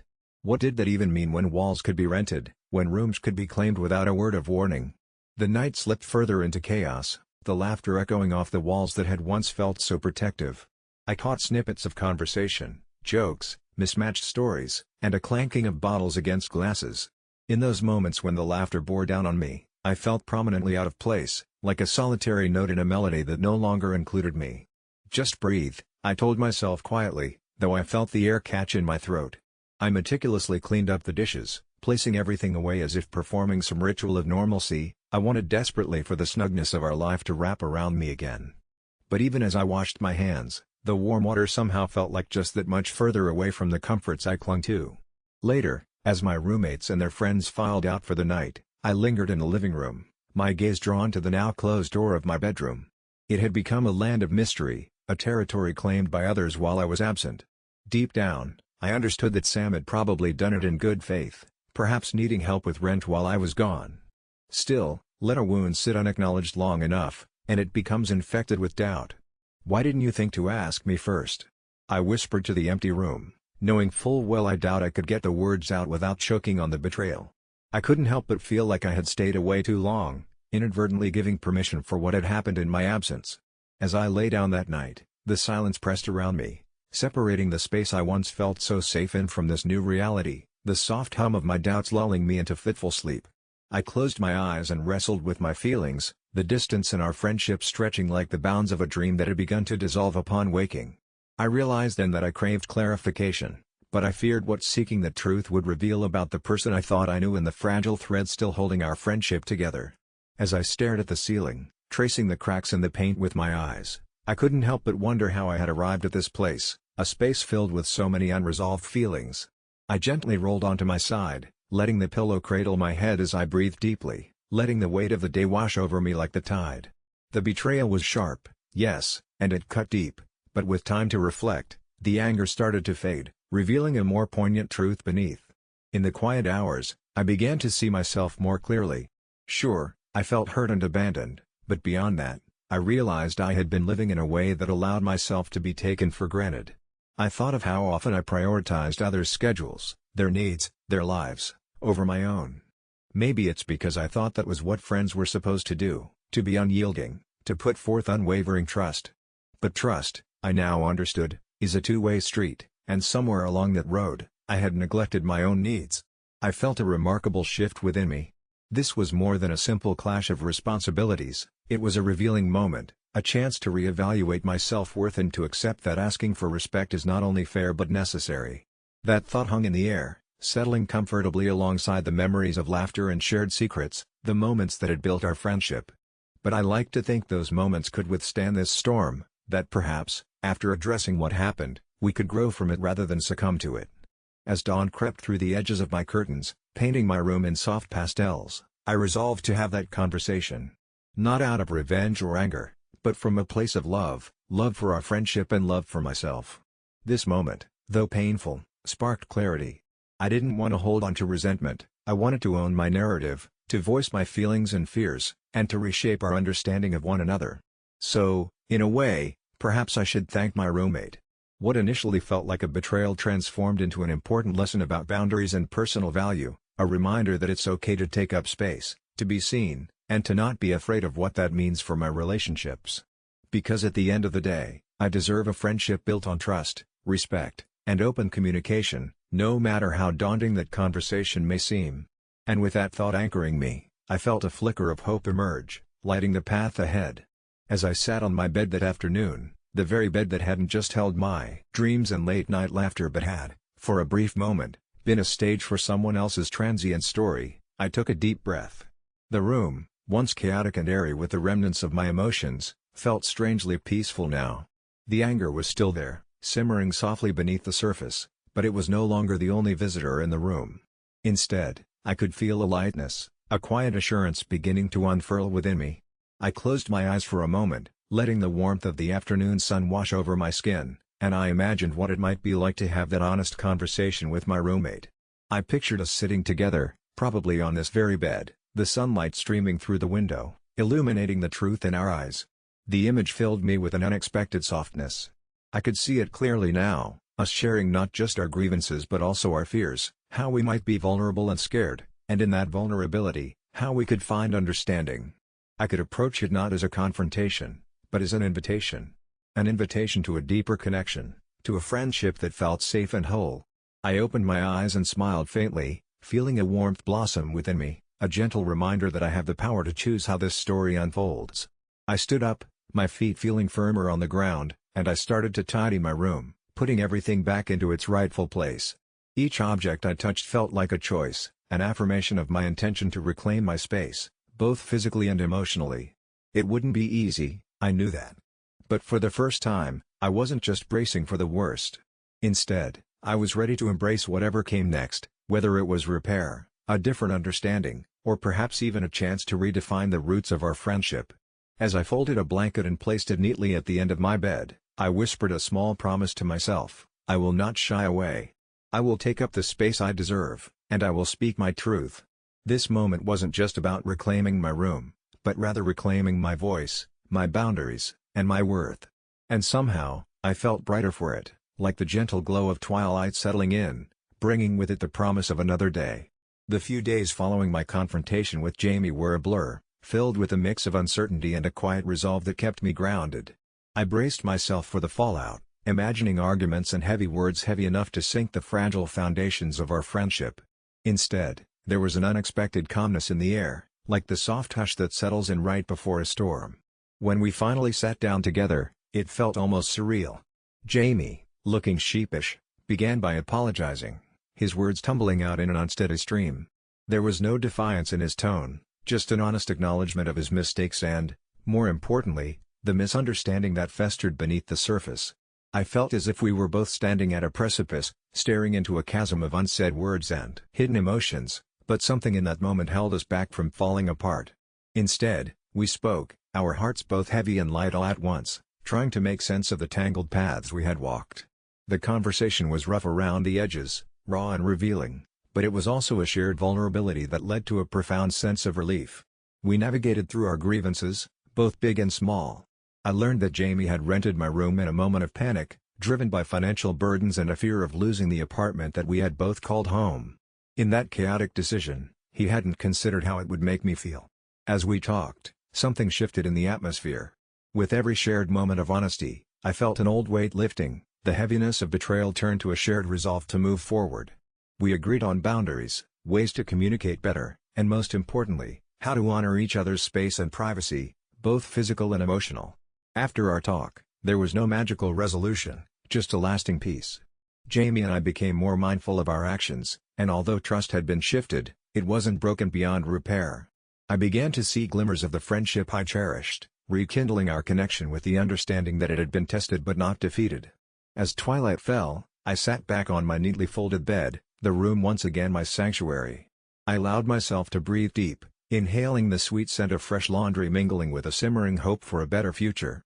I felt a warm glow within, a sense of gratitude for the lesson encapsulated in that turmoil, a reminder that amidst the unraveling, we could weave something beautiful if we embraced truth and honesty. In the end, the experience taught me far more than I anticipated. It wasn't just about reclaiming my space, it was about forging a more authentic relationship, one built on respect, understanding, and the courage to address the unspoken. Jamie and I were not just cohabitants anymore, we were partners in growth, navigating the delicate dance of friendship with newfound grace and determination. And as the stars twinkled to life across the inky sky, I felt at peace, relieved that I had stood my ground and relieved that I didn't have to do it alone. The promise of tomorrow glimmered on the horizon, a soft reminder that healing takes time, but with patience and kindness, there's always room to begin anew. In those quiet moments of realization, I understood that our lives sometimes unfurl in unexpected ways, revealing not just the shadows we hide from but also the light we can share. Relationships, like rooms, might get cluttered or rearranged, but with honesty and care, we can always find a place to breathe deeply and start again.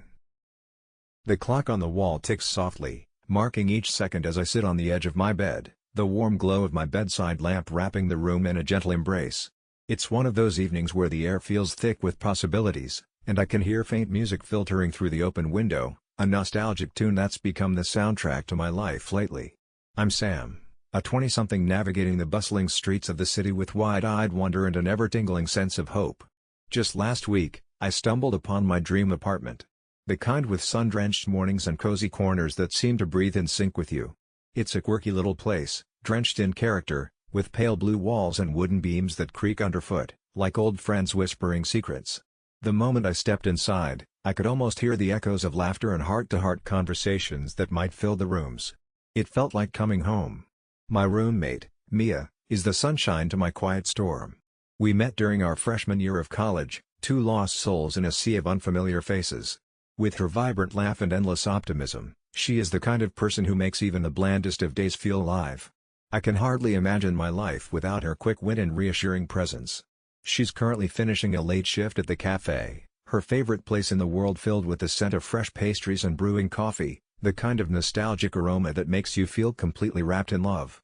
And here I am, cradling this big secret in my chest, grateful for the fortune that has found its way to me, yet tangled in the awkwardness of not knowing how, or even if, I should tell her. Should I tell Mia about the apartment? About my silent thrill each time I picture the two of us curling up on that sun-drenched sofa with a movie playing in the background? Or will sharing this moment of serendipity shatter our delicate balance, like dropping a fragile glass ornament? As I listen to the distant sounds of the city, a car horn blaring, a couple laughing under the streetlights, my heart feels heavy with this concealed joy. I know that bedtime confessions often weigh on the soul in the softest of ways, and tonight, I'm left wondering if keeping this secret is truly the right choice. It was an ordinary Thursday evening when that small shift changed everything for me. Mia and I had just come back from one of our favorite haunts, that cozy little cafe around the corner. We'd beamed with laughter over steaming mugs of herbal tea, sharing silly stories about our day. It felt perfect, like the world was just right, no cracks in our little universe. But as we stepped into our apartment, that familiar warmth began to twist into something else. I tossed the keys on the counter while Mia wandered to the living room, her eyes scanning the scruffy couch we'd somehow grown fond of. with its frayed edges and the way it swallowed us both whole when we watched movies. It was homey, I suppose, comfort wrapped in a chaotic sort of charm. But then, just as I was gathering the strength to broach my secret, Mia plopped down, letting out a dramatic sigh that filled the room. "Do you ever feel like we're just stuck?" she asked, her voice laced with a quiet sadness. "This place is cozy, but sometimes I just wish." She trailed off, lost in thought. I could see the weight of her words hanging in the air, drifting over to me like soft clouds, and my heart squeezed painfully. "Like what?" I nudged gently, not wanting to pull her further from that moment. "I don't know," she said, running her fingers through her hair. "I want a place that feels like us. You know? Somewhere we can really grow." In that instant, it hit me like a soft wave lapping at the shore. Here she was, feeling small in our cramped space, while I was quietly cradling my dream apartment down in the heart of the city, a place where sunlight poured through floor-to-ceiling windows and tree branches swayed in the breeze like they were dancing. It should have been easy for me to share the joy with her, to invite her into that dream. But her words reminded me of the things I couldn't yet give her, the life we hadn't really talked about. "Yeah, I know what you mean," I murmured, forcing a smile, though inside everything was spinning in a muddled rush. There was a deep, echoing chasm between our thoughts, and it left me feeling like I was standing on a tightrope, balancing my unspoken dreams against the reality of the moment. As I settled next to her, silence wrapped us like a warm blanket, but my heart raced. The small secret tucked away in my mind felt heavier now, pressing against my ribs like it wanted to escape. Did I owe it to her to share my happiness? Or was I simply prolonging her discontent? Suddenly, home didn't feel so cozy anymore, it felt like a fragile bubble waiting to pop. Days turned into weeks, and with each sunrise, my little secret felt more like a weight than a treasure. I'd slip past my roommate, Emma, in the mornings, her golden hair spilling over the pillows, blissfully unaware as I masked my excitement with routine. I'd splash cold water on my face, trying to wipe away the guilt that clung like a stubborn shadow, tainting my morning rituals. Sometimes, while brewing coffee, I'd catch her gazing out our little kitchen window, lost in thought. I wondered what dreams danced behind her eyes. Did she ever think about what life might look like outside these four walls? I had. Oh, how I had. Each day in the apartment we shared felt like a gentle tug toward the life I was now poised to step into. The memory of the day I first set foot in my dream apartment still lingered, its wide windows letting in streams of sun that warmed the polished wooden floors and its quiet corners that hummed with potential. Peace enveloped me as I imagined dinners on the balcony and laughter echoing through those walls. But as those fantasies bloomed, so did my anxiety. Shouldn't I be raising my voice, proclaiming my pride? Isn't that what friends do? I'd think about telling Emma over our favorite Thai takeout, but those moments only reinforced my hesitation. There was always a spark of levity in our conversations, a casual banter that kept the air light. Yet that spark felt dulled by my secret. Whenever she shared her latest thoughts on where she wanted to travel, I could only nod, biting the inside of my cheek hard enough to remind myself of the stakes at play. One evening, as we wrapped ourselves in the fluffy cocoon of a shared blanket during our Netflix marathon, I noticed invisible threads weaving between us. She laughed at the antics unfolding on screen, and I found joy in her laughter. Still, the question loomed over me like a storm on the horizon: should I preserve her happiness or reach for mine? I traced the pattern on the blanket, the soft fabric reminding me of the balance I was trying to maintain, the way it molded to the shape of whoever was beneath it. Days passed, and there was an odd comfort in that uncertainty. I'd get lost in thoughts of my new apartment, envisioning a small plant sitting by the window or a bookshelf packed with stories just waiting to be read. I began skipping runs with Emma on Saturdays, instead dedicating that time to exploring my new neighborhood, where vibrant street art told stories that clashed and mingled in brilliant chaos. Each sunset I witnessed filled me with a blend of enthusiasm and remorse. Was I inching too far from her, or was I simply embracing a solitude that had finally become mine? Then came the day that shifted everything, as these things often do. Late in the afternoon, I unexpectedly trailed home from one of my excursions filled with the kind of energy that could brighten the dullest of days. I swung open the door, ready to spill my heart, only to find Emma sitting on the couch, her feet curled beneath her, serene eyes glued to an old photo album, a collage of memories that spoke of laughter and friendship. "Look at us," she said with a soft giggle. "Wasn't life simpler back then?" Looking at her warm smile, I felt my resolve waver. "Yeah," I whispered, my voice barely wading through the moment. Would telling her about the new place shatter this semblance of nostalgia, or could it become a new chapter we painted together? I had always sought comfort in silence, but now, there was a quietness settling in that felt thick with unspoken words. My heart raced with frustration and sweetness as I stood at the precipice of that choice. I wanted her to be part of my joy, yet something held me back. I saw the glimmer of hope in her eyes, the kind of hope I wanted to nurture, but could I usher in a new beginning without hurting what we had built? As the shadows stretched across the room, I fought the urge to cross that tightrope too soon. One foot in front of the other, I told myself, knowing that if I took my time, maybe I could find a way to weave our threads into a larger tapestry, one that included both our dreams, weaving them slowly, gently, savoring each moment as it unfolded. Reflection. As the days blurred together, I found myself retreating into thought, reflecting on the quiet conflict brewing inside me. I realized that my fear of sharing my dreams with her stemmed from a deeper part of me, this instinct to protect what I held dear. But in safeguarding my joy, was I inadvertently creating a divide? I started to ask myself what fueled my hesitation. Was it the fear of losing what we had, or was it my selfishness that had taken root? Looking back, I understood that silence had always felt like safety to me. It was a cocoon, wrapping me up and shielding me from the potential pain of vulnerability. But now, in this new reality, that silence felt less like a refuge and more like a cage. I began to recognize the value of sharing my dreams and joys, not just for me, but for us. I had painted this beautiful vision of a life I longed for, yet I was allowing fear to dull its vibrance. In this quiet room, as the sun set and cast warm hues across the walls, I envisioned how we could both flourish alongside each other. What if sharing my excitement could invite her to dream bigger? To realize her own hopes and aspirations in tandem with mine? Suddenly, I felt a flicker of warmth. I was reminded that our connection was built on honesty. Her laughter, her unwavering support, the way she brought the best out of me, didn't she deserve to know when I was carving out my slice of happiness? There was a beautiful honesty in vulnerability. The weight of unspoken words gradually lifted, and I began to see our shared space differently. Instead of a landscape marked by fear, I envisioned it as a garden, blossoming with shared joy and possibility. Yes, it would take trust and patience, but the very act of sharing felt like watering roots that had grown beneath the surface. I could nurture my dream without uprooting our lives, our journeys could intertwine into something richer.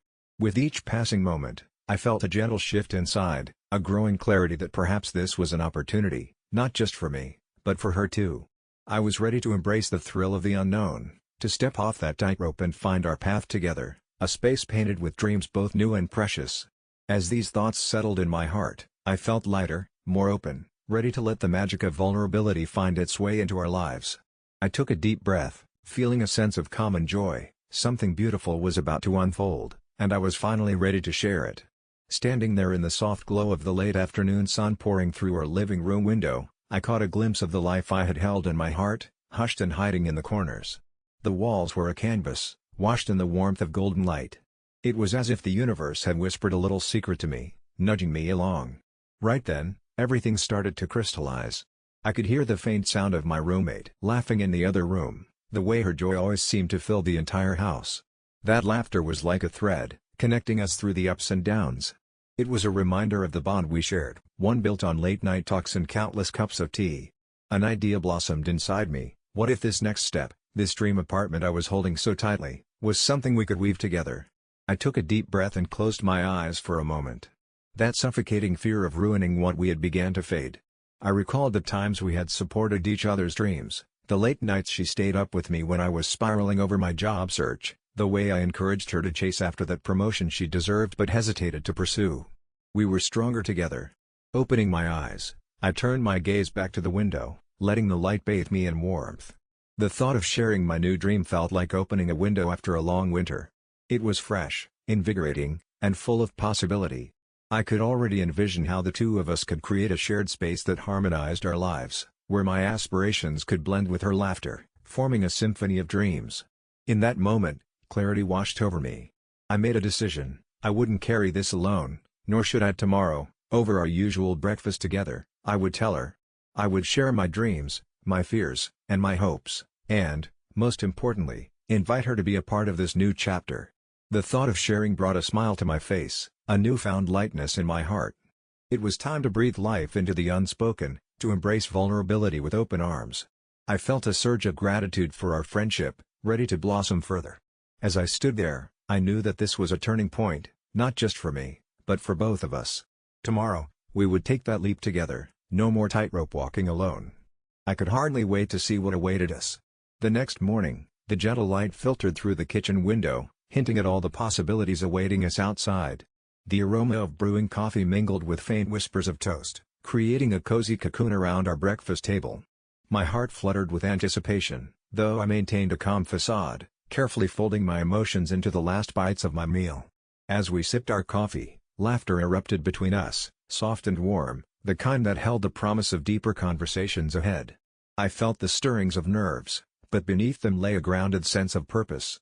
It was time to unravel the threads I had woven tightly around my dream and to weave her in, too. "So, I've been thinking about my future," I began, waiting for the spark of curiosity to flicker in her eyes. She looked up from her plate, eyebrows raised in interest, and I took a breath, gathering my thoughts. I shared everything, the apartment, the excitement bubbling inside me, and the trepidation about sharing this journey. Her reaction caught me off guard. Instead of the unexpected weight of judgment or disappointment I had feared, I found only joy radiating from her.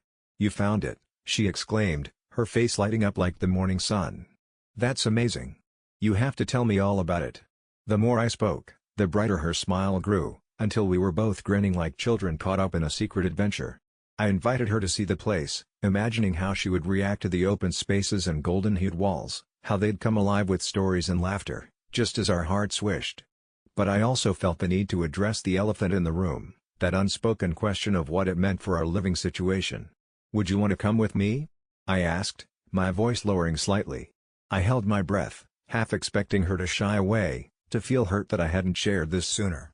Instead, she nodded slowly, her eyes sparkling with understanding.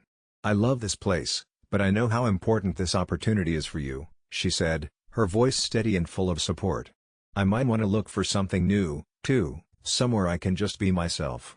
It was then I realized how beautifully intertwined our paths were. Our friendship was a garden, each of us nurturing dreams while allowing the other to grow freely, even if it meant separate spaces. The thought of her embarking on her own adventure sparked an excitement deep within me. As the days turned into weeks, the transition felt like falling leaves shooting into the air, full of color and beauty. We worked together, scouting new places for her, filling our time with laughter and shared dreams. Each evening, I'd wander back to my dream apartment, and each time, it felt a little fuller with her presence echoing through its walls. In those quiet moments, retelling our old stories, we became architects of new memories. While the seasons changed, the heart of our friendship remained unchanged, resilient and ever-expanding. Sometimes, stepping into the light meant letting go of shadows, embracing change as an ally rather than an enemy. I learned that the strength of our bond only deepened when shared, when dreams are woven together like the vibrant threads of a tapestry. As I finally settled into my new apartment, the gentle hum of that symphony filled every corner. And in the stillness of the evenings, I smiled, knowing we had transformed an uncertain leap into a flight of freedom. Our hearts, once hesitant, were free now to soar together, boundlessly. And so, I realized that dreams don't just belong to one, they're shared in the quiet spaces between laughter and tears. In stepping forward, I wasn't leaving her behind, but inviting her to walk alongside me in this new chapter. Sometimes, the most beautiful stories are those we write together, even when the paths diverge.